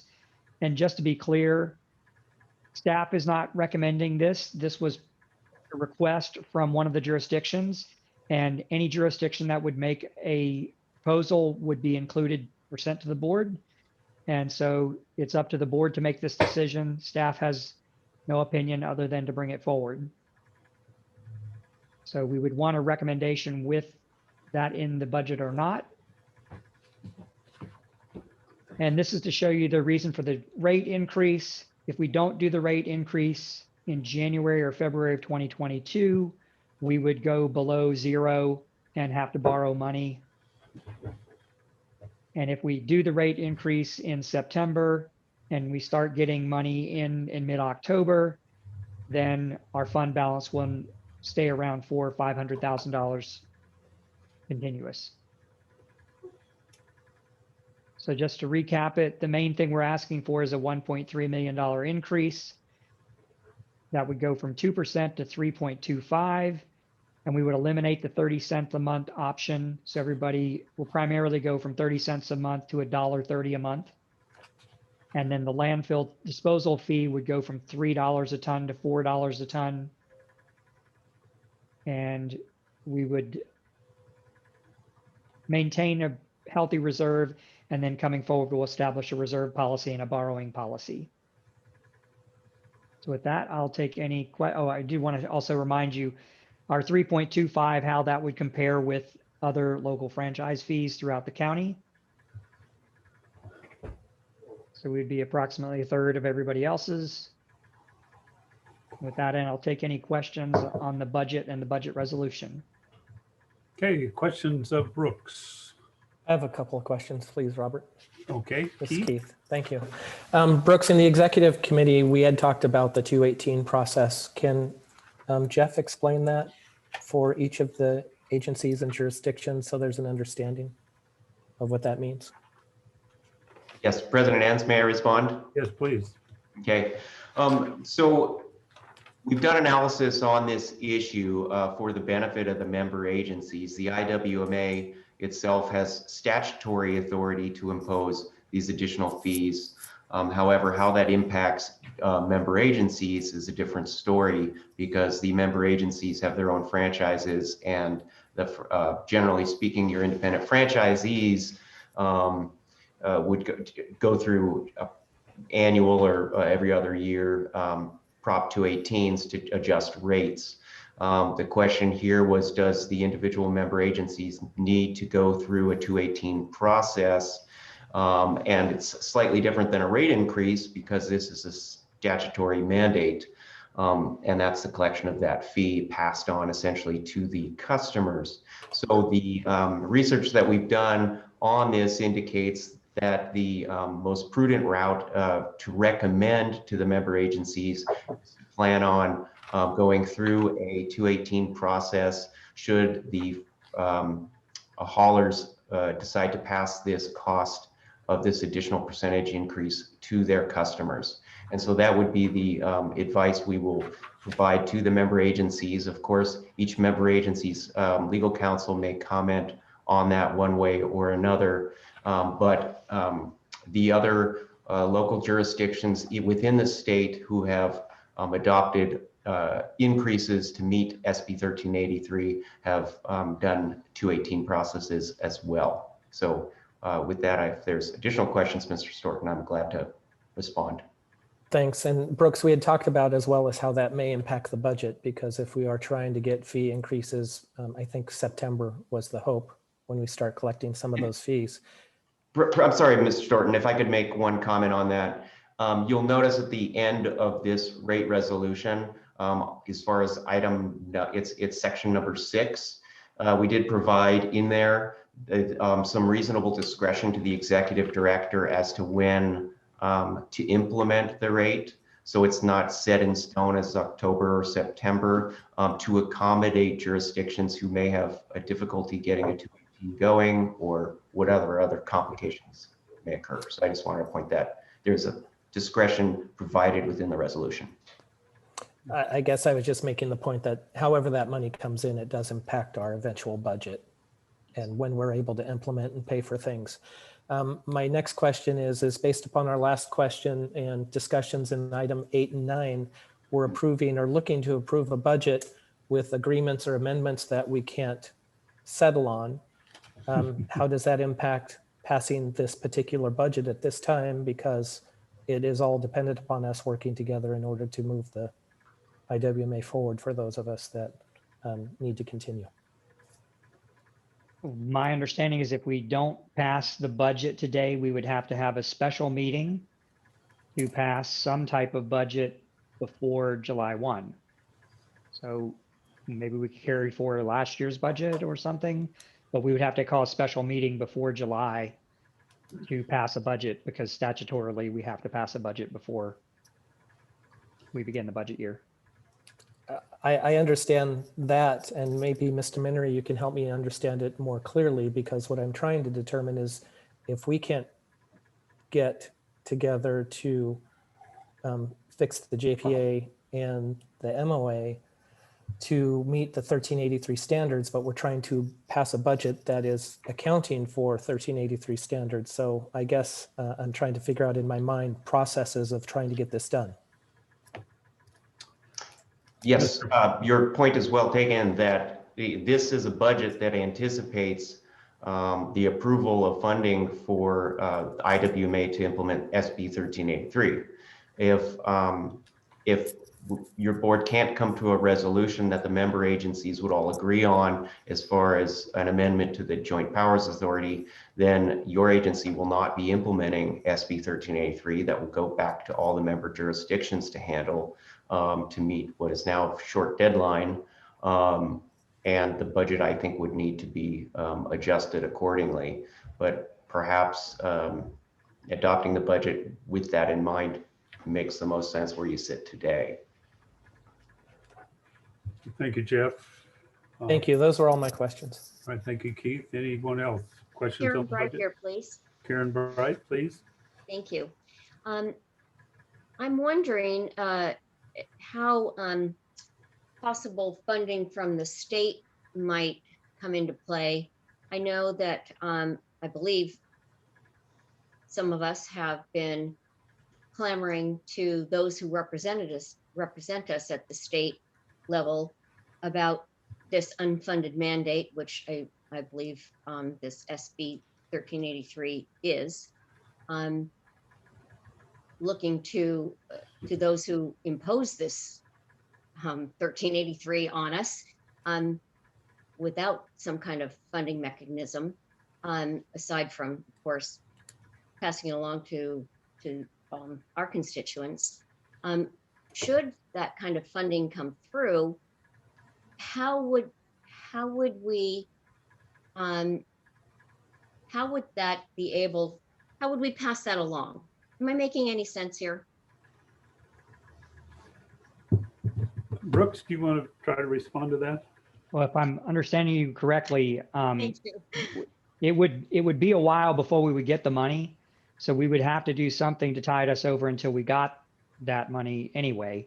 If we did get it, then we could potentially reduce the rates down the road. But Okay. Honestly, I don't see any significant money coming from the state regarding 1383. To my opinion, what they're looking at is funding jurisdictions that need the processing capacity or the collection capacity, which we essentially have. And so they're going to focus more on a place that needs an advanced composting facility or an anaerobic digester or something like that. The capital for that versus what we're looking at. Okay, I see.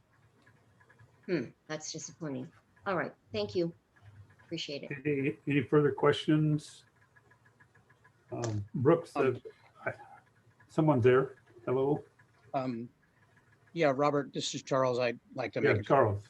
on a couple of specific, or on a specific item, and that is the $150,000 requested for the Blue Bag program. For me, that's too much in a for a discretionary item like that. I just don't see that as, I mean, essentially that's litter pickup. And I don't see the IWMA spending $150,000 on that program at this time.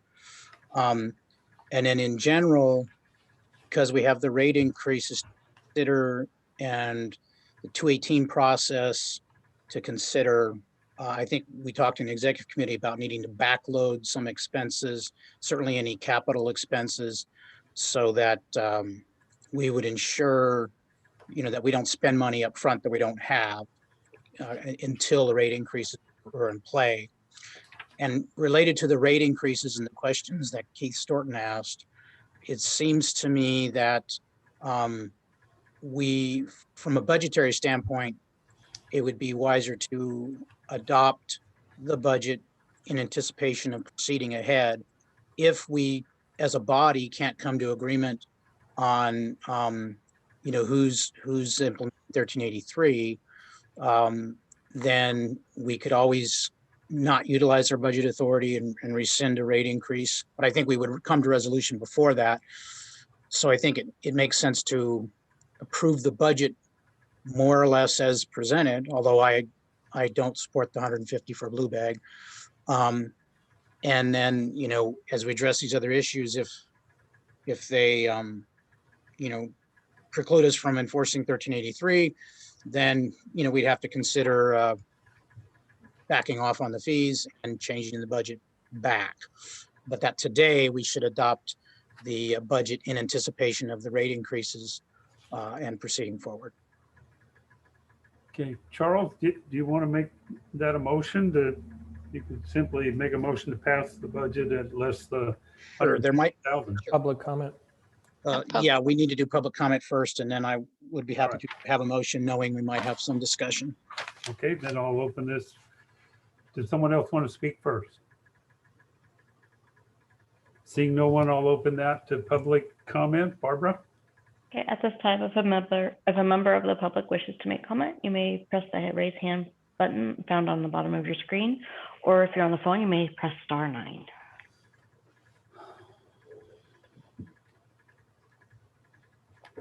I am not seeing any public comment. Okay, thank you, Barbara. I'll close public comment, and Charles, I'll bring it back to you.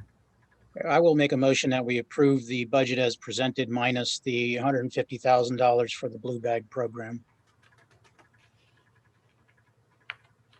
This is Keith. I will second. Bruce, I see your hand up, but you're muted. Sorry about that. I was hoping to get in ahead of that. I wonder if we could simply straw vote the question of the $150,000 for the blue bag separately from the rest of the budget. I don't know if a substitute motion immediately is the right way, or whether I could get the motion maker to delay the main budget motion for that. I would just point out that this is a program that's going to positively affect every jurisdiction. This is more than just litter pickup. This is fundamental public health and safety mitigation for homeless encampments. It includes removal of sharps, of hazardous materials, including those that are of great risk to the public health. So it's going to be a contribution to all parts of this county, and I would advocate keeping it in our budget. But rather than tie the whole budget vote to that one thing, if we could straw vote the blue bag first, I'd appreciate it. Okay, Excuse me, Mr. President. someone else is wanting to speak. Yes, I'm sorry, sir. This is Dawn. Oh, Dawn, please. Yeah, I also wanted to just clarify one thing in that the blue bag itself is not just bags. It's actually haulers. I mean, it takes quite a bit of collaboration, and that's why the price is so hefty. It's got a lot of partnership involved, including law enforcement and Caltrans and all sorts of agencies. So while it sounds just like a garbage program, it's a little bit more because of the sensitivity of the encampments and just the safety and security that has to go along with trying to do the cleanup. So I just wanted to add that comment. Okay, thank you, Dawn. Let me ask a question of Brooks. Brooks, on this blue bag thing, I believe there were several other agencies that contributed. Is that correct? There are other agencies that are contributing to the entire program. I don't know how many are contributing to the litter and hazardous waste and sharps portion. Okay, it was, as I recall, the other contributors had a much smaller numbers. Am I thinking of the right program? I'm sorry, yeah, that I think you're thinking of the coastal cleanup one. Okay. All right. Well, with that, I will go back to Charles. Would you be interested in having separate discussion on the $150,000 blue bag and modify your motion to so accommodate? Sure, I think it's fair to, have everybody weigh in on that particular item.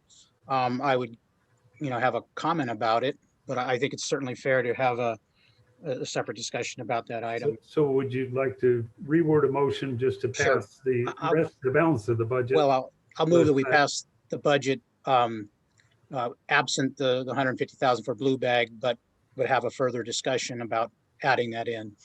Okay, Second. and well, I think Keith, were Yes, you my the sec- second? Seconded. I'll Is still that- second. Is that Good. agreeable? Okay, we Yes. have a motion and a second to pass the budget, less the county blue bag funding. And if there are no further comments, I'll ask for a roll call vote. Excuse me, President, and I just want to make sure I understand the motion. Or is this motion to include the blue bag No. project? No, the blue Okay. bag we'll discuss separately here in the next moment. Okay, so it's approving the budget without the blue bag That's being correct. part. That Okay, is thank you correct. so much for that clarification. Mr. Bourbeau, Yes. Mr. Storton, Yes. Ms. Arnold, No, no, Ms. Bright, Yes. Ms. Compton, no, Mr. Gibson, Yes. Mr. Hammond, No. Mr. Heller, Yes. Ms. Marks, Yes. Mr. Newton, Yes. Ms. Ortiz-Legg, Yes. Mr. Pashong, No. and Mr. Enns. Yes. Motion passes 9-4. All right, thank you, Cheryl. With that, Bruce, I'll, Mr. if you'd like to say anything further on the Yeah. blue bag. Thanks, Mr. Chairman. I'll move that we add to our budget the $150,000 appropriation for the Blue Bag program as originally proposed. Okay, I'm looking for a second. Well, okay. I'm not going to second. I had a comment. Let's get a second and then we'll comment. Karen Bright, second. All right, thank you, Karen. With that, I'll open it for discussion with the board and go ahead, Charles. Yeah, I certainly, would want to understand that we would defer this. The expenditure, if this is authorized in the budget, that we should defer the expenditure until such time that the rate increases are approved, and that the obviously the county's participation in the agency is ongoing participation is determined. And then why I'm a little skeptical of the 150,000 is, yeah, I understand there's more components to it that other agencies are contributing to. I just feel it's a little outside the IWMA lane.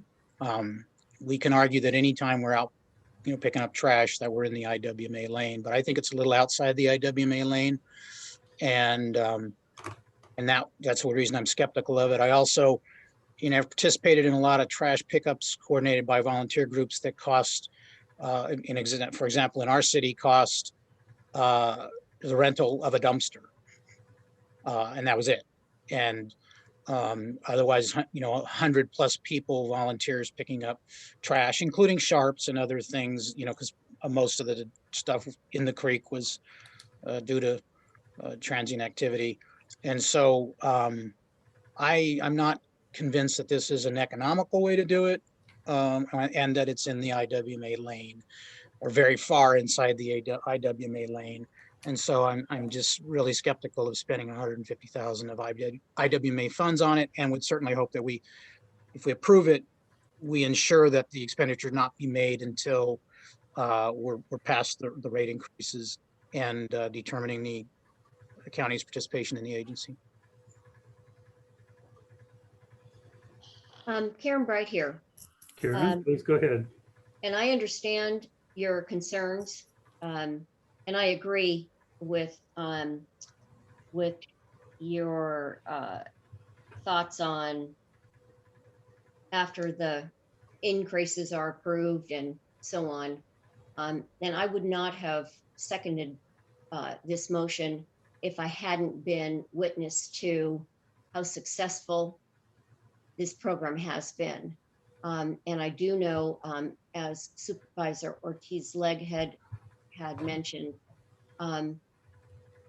how different this program is from any other trash. It's not a trash pickup program, and in the sense of the word. It is a very sensitive type of a program, and I haven't been actually physically part of it. I saw the report on the one, I believe it was last year, and it is it's movement of people and their personal belongings, and anyway, it's a whole different deal than just picking up as what I do and maybe you do when you go to the beach and or along the riverbank and that sort of thing. So I am very concerned about spending $150,000 of money that we may not even have, or even an organization that we may not even be. So in that respect, I do appreciate your comments. So I am very much in agreement in those two respects. We must, of course, be a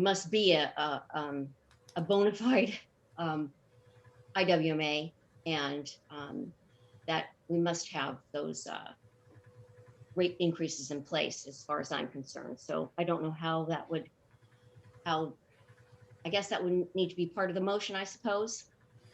I would ask Mr. Gibson if he would like to modify the motion to say that we do this after acceptance of the rate increases. I can add that part to it, yes. Okay, thank you. And would that be all right for the second? Dawn? I was the second, so yes, thank you. Motion has been modified. And I'd point out that we don't have to spend it all.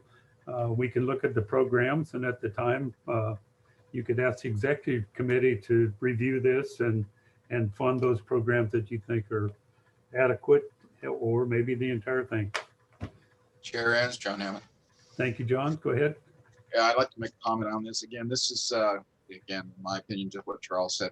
We're falling outside the purview of what IWMA is supposed to be doing. And again, I've been another tangent to this is that I'm asking supervisors to consider with all of our agencies that we look into property taxes and how it's shared with the member agencies as far as providing services. And this is exactly one of the reasons I've heard they can't or won't do this, is that they provide so many health and human services to people like this.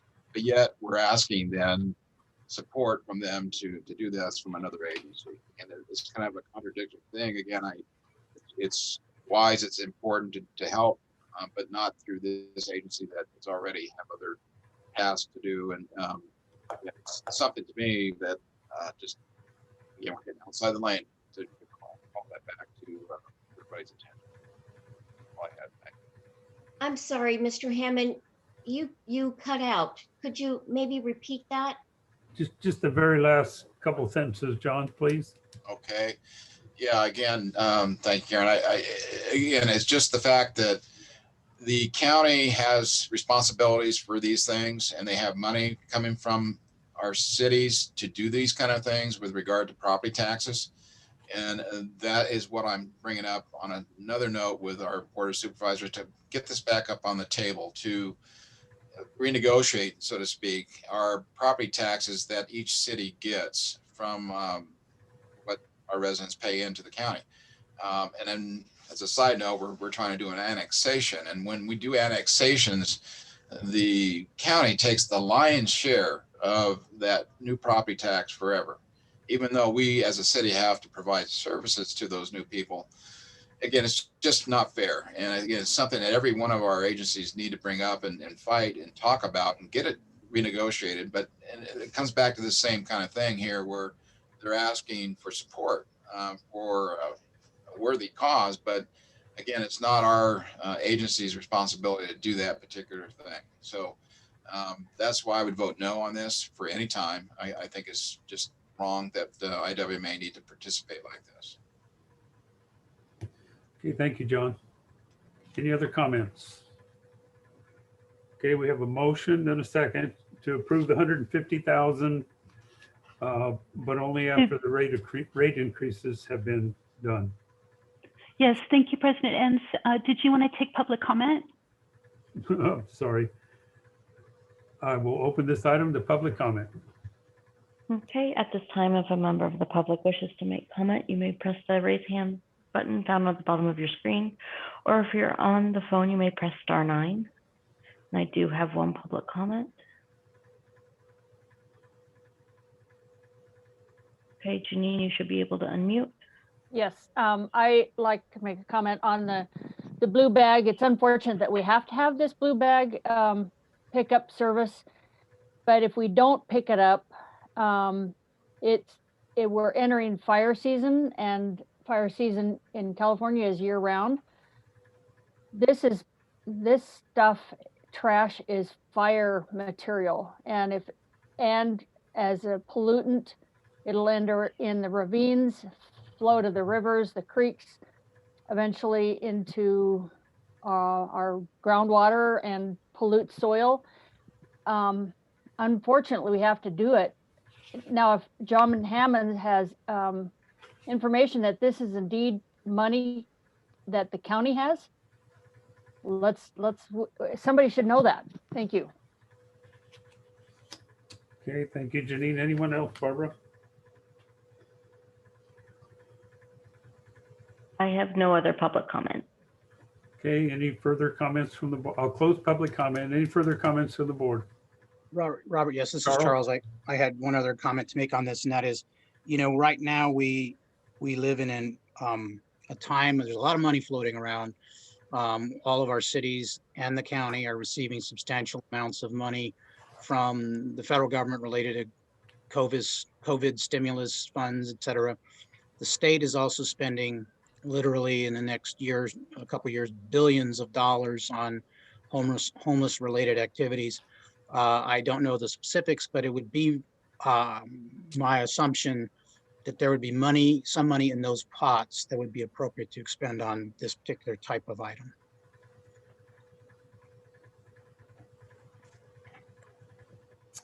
All right, any other comments? Jan Martin. Can I make a comment? Jan, please. Okay.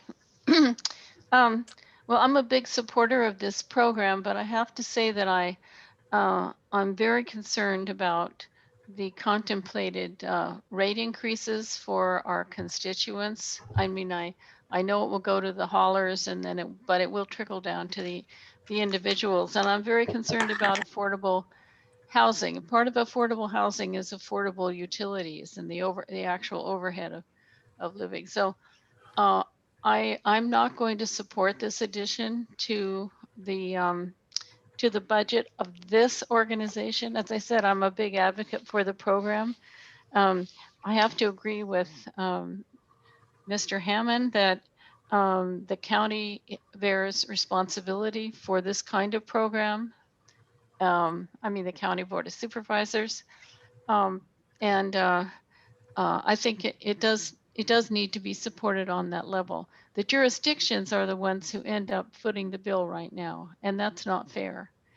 But in terms of Integrated Waste Management Authority moving into this area, I feel that it would be a mistake. So I'm going to vote against it. Thank you.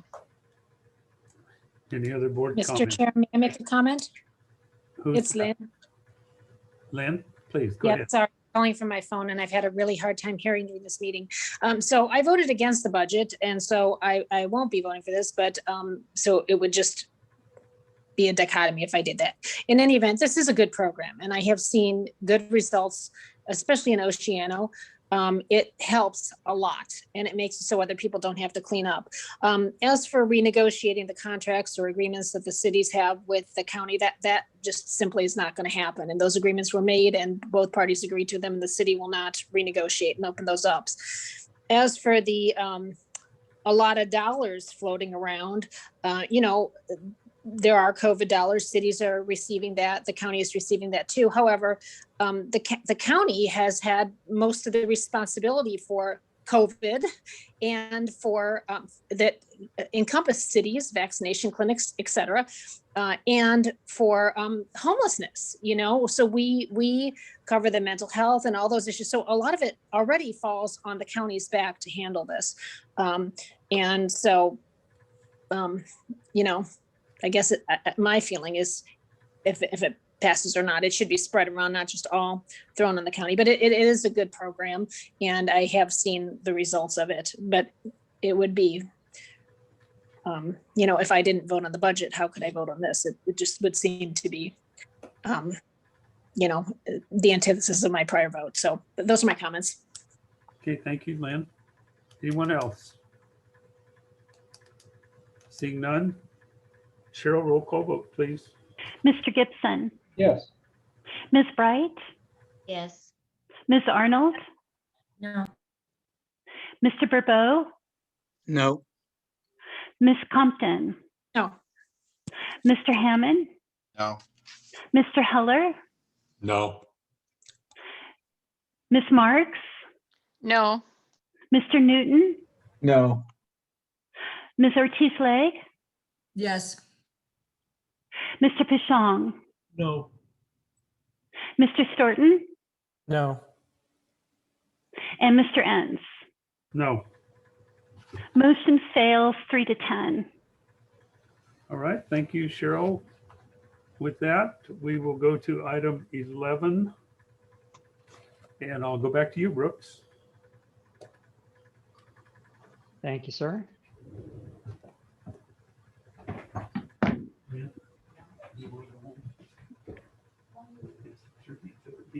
Okay, items 11 and 12 are resolutions for the rate increase, the 2% to 3.25, and the landfill tipping fee. 11 is the one you would actually be approving. 12 would be approved to form, and again, it would be up to the jurisdictions to implement. So item 11 is the rate resolution going from 2% to 3.25%. With that, I'll take any questions.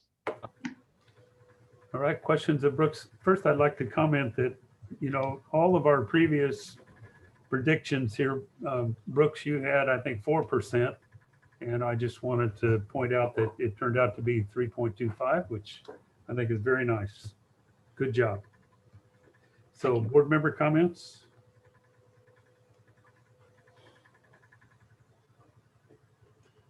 President Enns, if I might make a comment. Yes. I see up on the last recital on page 1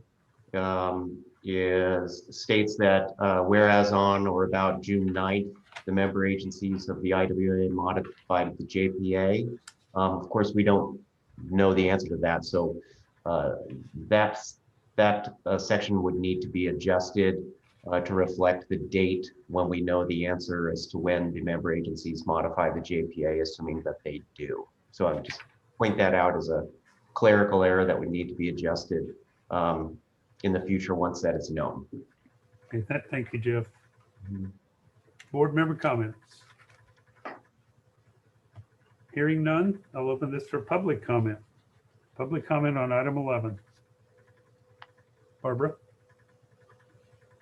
At this time, if a member of the public wishes to make a comment, you may press the raise hand button that's found at the bottom of your screen, or if you are on the phone, you may press *9.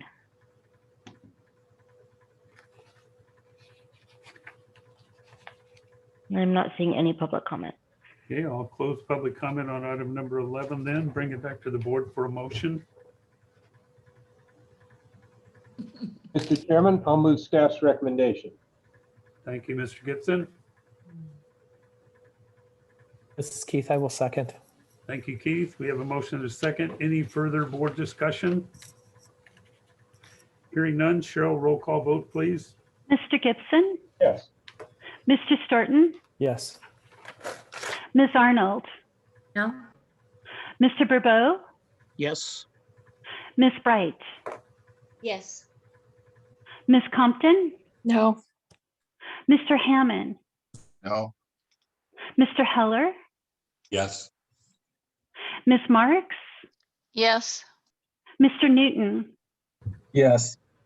Ms. Ortiz-Leg, Yes. Mr. Pishong, No. and Mr. Enns. Yes. Motion passes 9-4. Okay, with that, we'll go to item number 12, the MOA that supports this last motion, and I'll turn that over to you, Brooks. Yes, sir. Again, this is the same part of the rate increase, but this is for the landfill tipping fee, going from $3 to $4.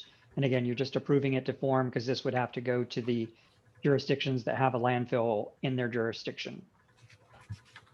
With that, I'll take any questions, excuse me. Comments or questions? Hearing none, I'll open this for public comment on item number 12. At Barbara? this time, if a member of the public wishes to make a comment, you may press the raise hand button down at the bottom of your screen, or if you're on the phone, you may press *9. I have no hands raised. Okay, thank you, Barbara. And I'll close public comment. Mr. Chairman, I'll move staff's recommendation. Okay, thank you, Mr. Gibson. This is Keith. I will second. Thank you, Keith. With that, if there's no further board discussion, I'll ask Cheryl for a roll call vote on item number 12. Mr. Gibson, Yes. Mr. Starton, Yes. Ms. Arnold, No?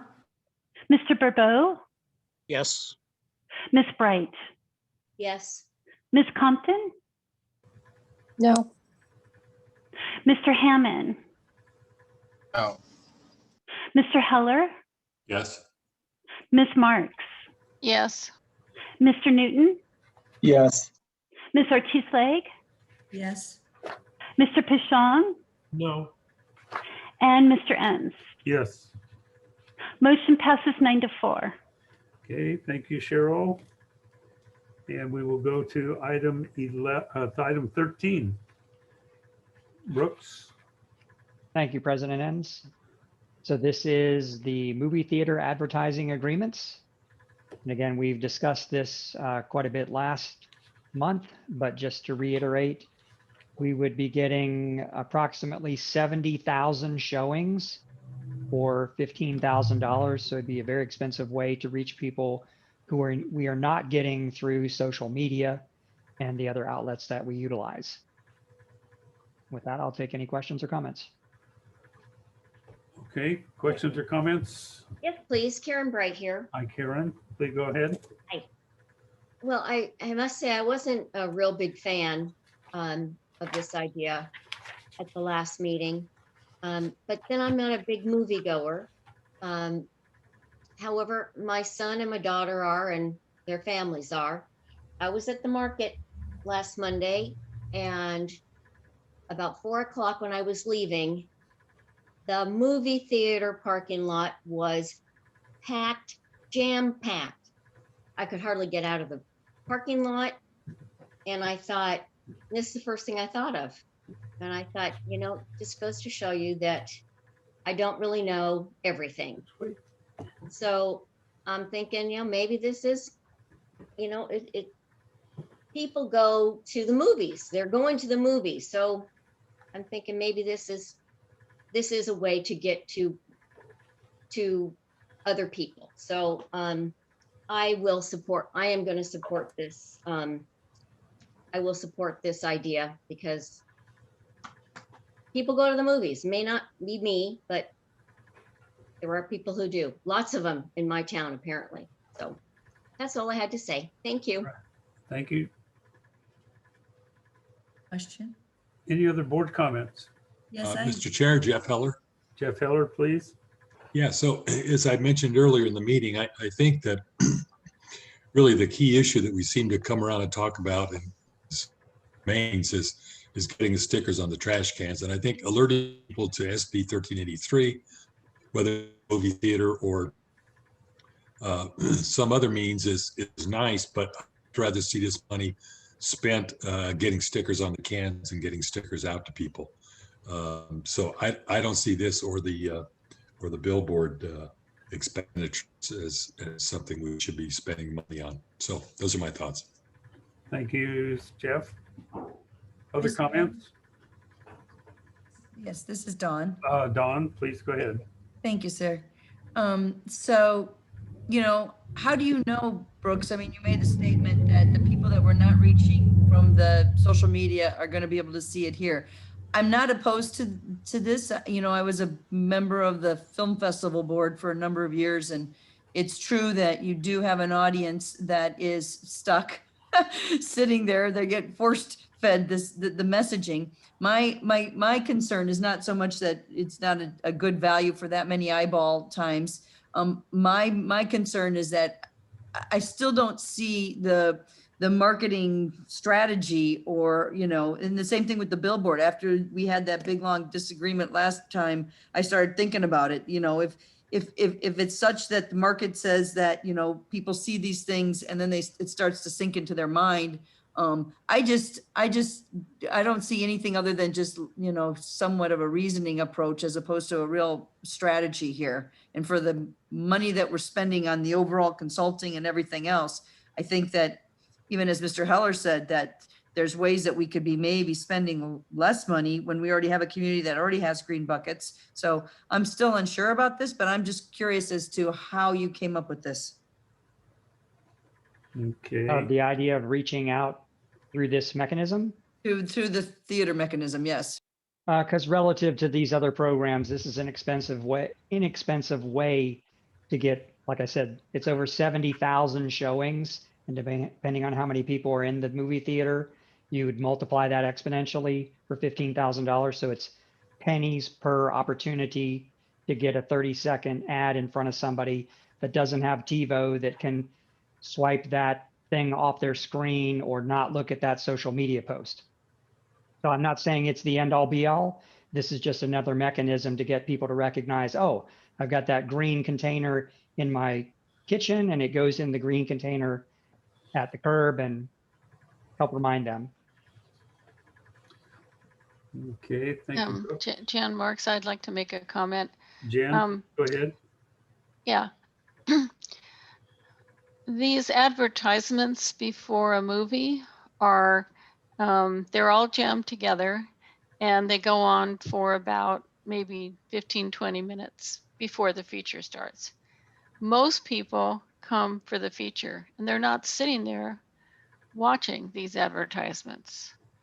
So I have to agree. I think putting the money into getting the stickers on the containers for the organic waste is really a much higher priority. And there's no way of collecting any data.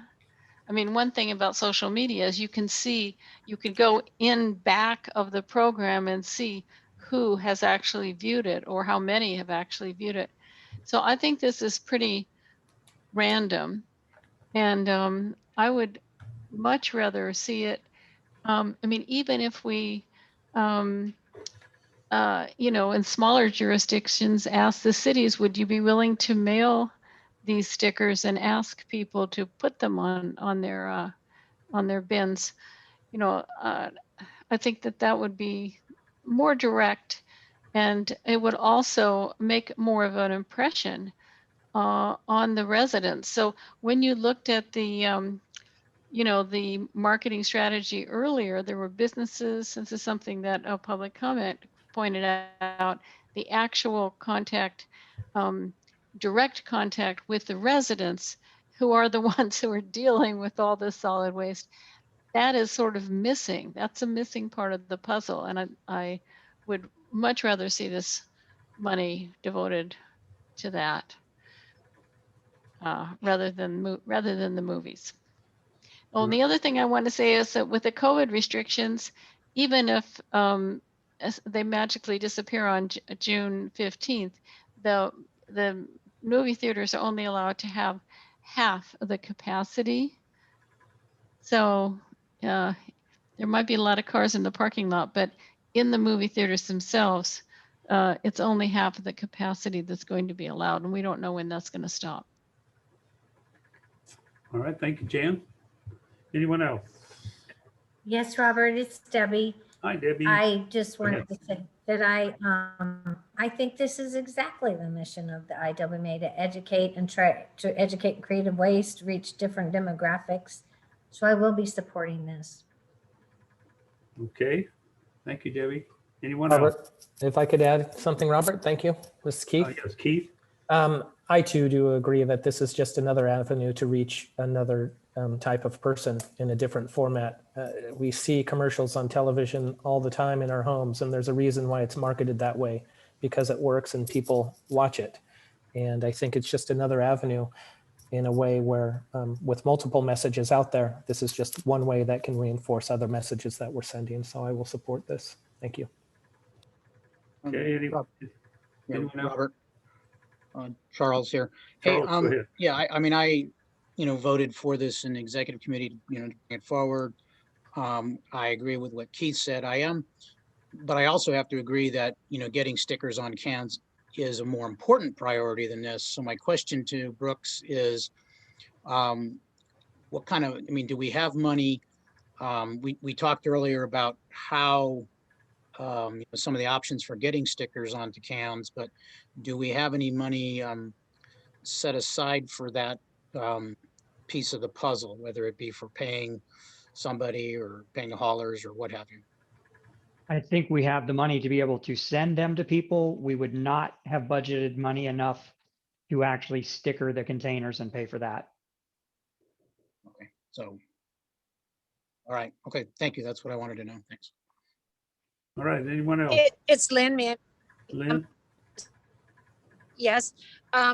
So I'm not a movie goer. I don't think I've seen a movie in 7 or 8 years. But I do think it's another avenue to reach people. I just wish, I think it was Karen that made the comment that there's no way to measure this. And I just wish there was a way to measure the effectiveness, because I do know that they run all those, promotional things in the beginning and they sort of get lost. But I do think it's another avenue. All right, thank you, Lynn. Any other comments? Well, personally, I'm sort of excited to see a new outreach, and I'm interested to see what kind of feedback we get from this, so I'll support it. With that, I'm going to open this for public comment. Barbara. At this time, if a member of the public wishes to make a comment, you may press the raise hand button found at the bottom of your screen, or if you're on the phone, you may press *9. And I do have one public comment. Okay, Janine, you should be able to unmute yourself. Thank you, board. I'm eager to give my 2 cents on this again. Absolutely, the IWMA has a mission to educate the public. The stickers would be in everybody's view when they go out and put their green waste in their barrel. I like the idea, when we all pay a credit card or agree to some statement, you check the box at the end. Have you read this agreement? In order to get their sticker on the bin, have some kind of, have you read this sticker and do you know what it means? The other thing is that there are probably over a dozen different nonprofit organizations in town, all looking for speakers. The Rotary Club, the Kiwanis, and then I was thinking, who could we get? How about Girl Scouts and Boy Scouts, those kids that are earning their Eagle badges? Get groups like that that are solid volunteers and have them in for a training, and they get handed a handful. Everybody's got a neighborhood association, almost everybody. Get the neighborhood association, say, hey, we're going to have the Girl Scouts in your community on such and such a date, have your bins out. They go around and get the cans ready and pop a sticker on there. Again, my senior citizen friends and contacts are probably not going to the movies at all because of the COVID. They're protecting themselves.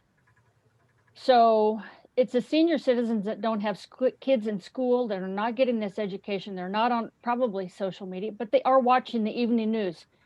How about getting KSB Rye to run a segment for 3 months or a month? KCOY, Fox News, any of our talk show hosts, Dave Congleton. There are so many ways to get this out that aren't targeting a very limited audience of 3 movie theaters. And again, Karen Bright, you said Arroyo Grande. Arroyo Grande isn't yet even an approved theater. So that doesn't kind of commute for me. We've only got 3 theaters on this agreement for $14,000. Thank you. Thank you, Janine. Anyone else, Barbara? I have no other raised hands. Okay, with that, I'll bring it back to the board. So a motion would be in order for item 13. This is Keith. I'll move staff's recommendation.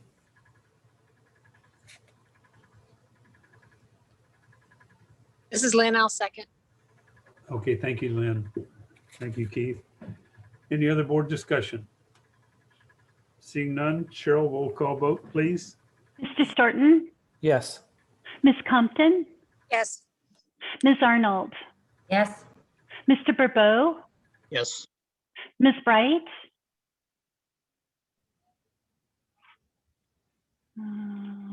Ms. Bright, did we lose you?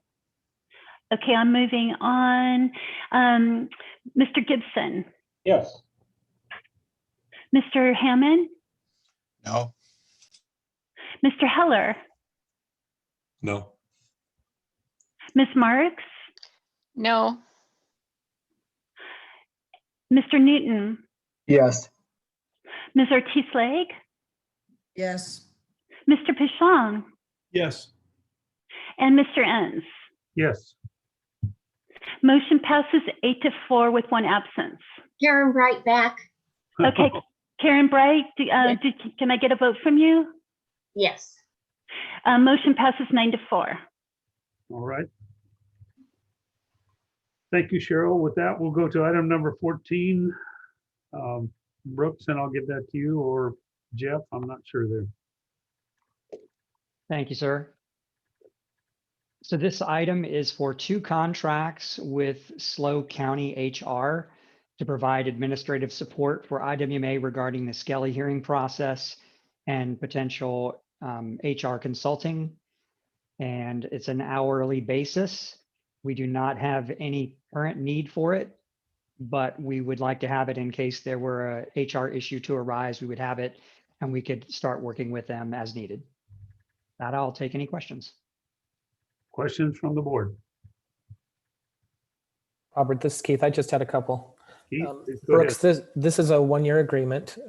You had told me that previously. I was curious, although we don't budget for it, if something were to happen, do they give us an estimation based upon the circumstances so we can at least have an idea of what a cost of something like this would be? We would ask them in advance, but there's also the consulting portion, not Skelly hearing portion, is limited, I believe, to 5 hours a month. And then the hearing officer, we would just have to get an estimate because it would depend on how, I think, complex the issue was. Right. Okay. Thank you for that. All right, thank you, Keith. Anyone else? Hearing none, I'll open this for public comment and go back to you, Barbara. At this time, if a member of the public wishes to make comment, you may press the raise hand button found at the bottom of your screen. Or if you're on the phone, you may press *9. I have no raised hands. Okay, thank you. I'll close public comment. Bring this back to the board for a motion, please.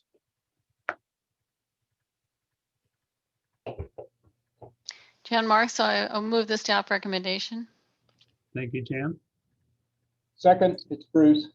Thank you, Bruce. Motion by Jan Marks, second by Bruce Gibson.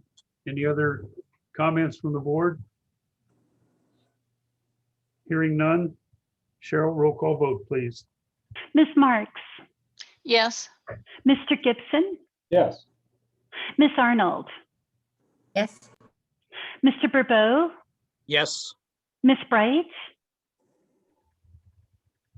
Yes. Ms. Compton, Yes. Mr. Hammond, Aye. Mr. Heller, Yes. Mr. Newton, Yes. Ms. Ortiz-Legg, Yes. Mr. Pishon, Yes.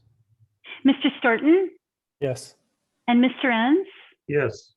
Motion passes unanimously. All right, thank you with that. With that, we'll go to item number 15, Executive Committee elections. And I think Charles would be up for becoming our new president. According to our paths, I would move to be the third party on the board, and we'll look for a new vice president. Keith Storton, you had a comment to make? No, I just was going to say my obligation was to fill in for Aaron's departure, and I did that. I did not have an intention to stay on the executive committee, but I would support discussions about having a longer term officer stay in. My term left on this council will only be for 1.5 years, so I think trying to create some stability with somebody that will be here for a longer term would be helpful for the organization. Okay, Keith had warned us about that. So we'll be looking for someone to serve as vice president. And do we have a recommendation? I would make a recommendation for Jan Marks to take the position if she's interested. Oh, thank you. Well, I do have a longer period of time ahead of me, about 3.5 years on the city council. However, I've only been, this is my third meeting of the IWMA. I think someone with more experience would be better suited. And I wonder if one of our supervisors would be interested, if perhaps Supervisor Gibson. Thank you, Ms. Marks. I've already served as chair of this and would be happy to rotate to any of my other colleagues who have not had the pleasure, and would certainly support any of them or any other city member who had interest. Okay, thank you, Bruce. Thank you, Bruce. Jeff Heller, would you be interested?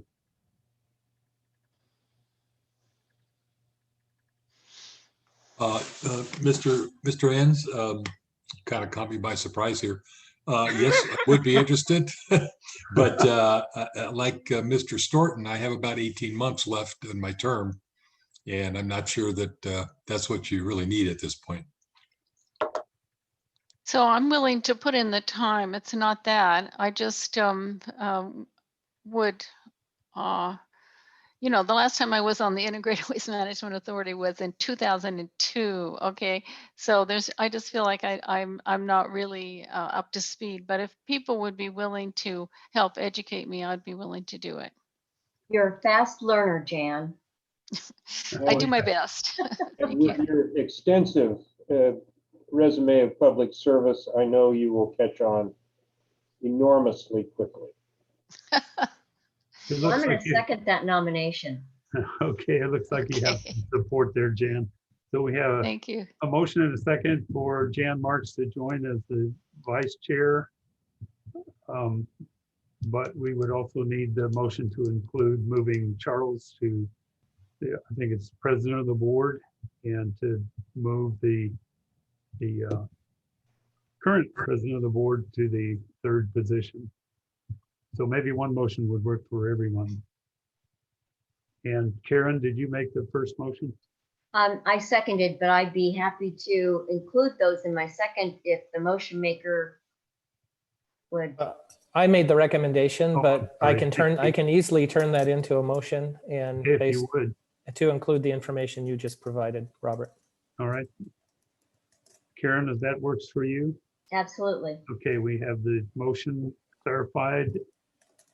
And the second, any other board discussion?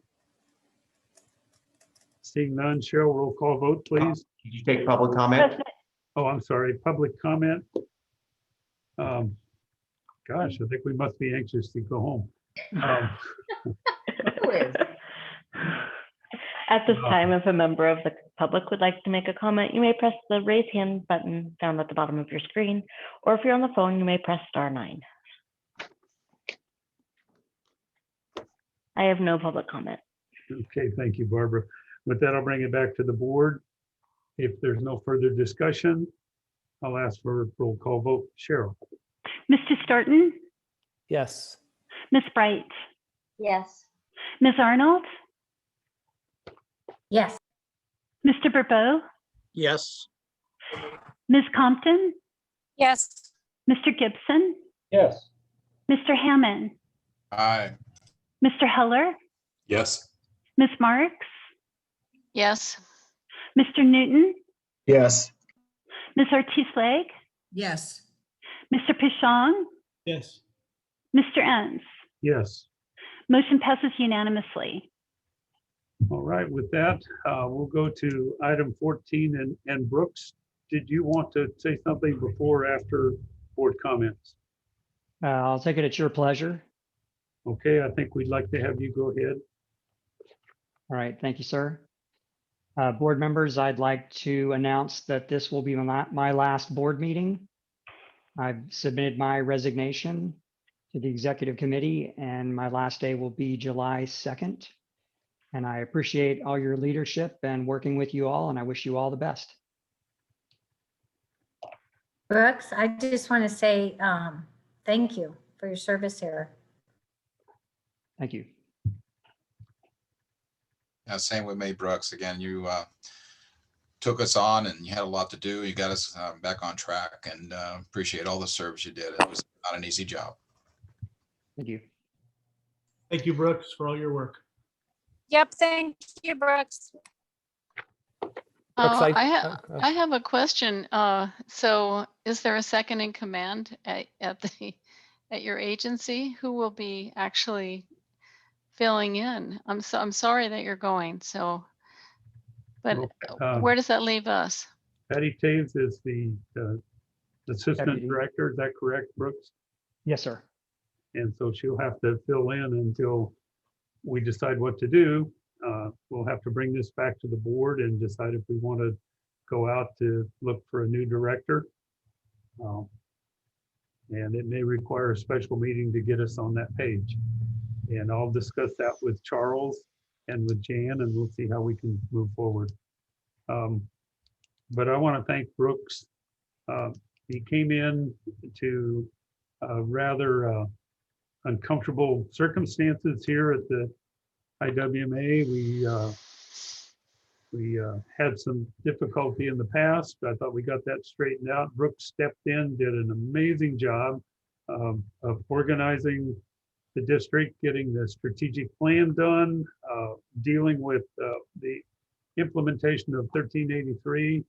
And I think we scared him off with what I call the snake bite on polystyrene. And I'm really honestly disappointed to see him go. On the other hand, I'm excited he has a new opportunity. I didn't know if you wanted to talk about that, Brooks, but and it's closer to home for him. And I certainly can't fault him for wanting to get out from under what we've presented him with. So with that, I'll accept any other board comments. Mr. Chairman, Bruce Gibson.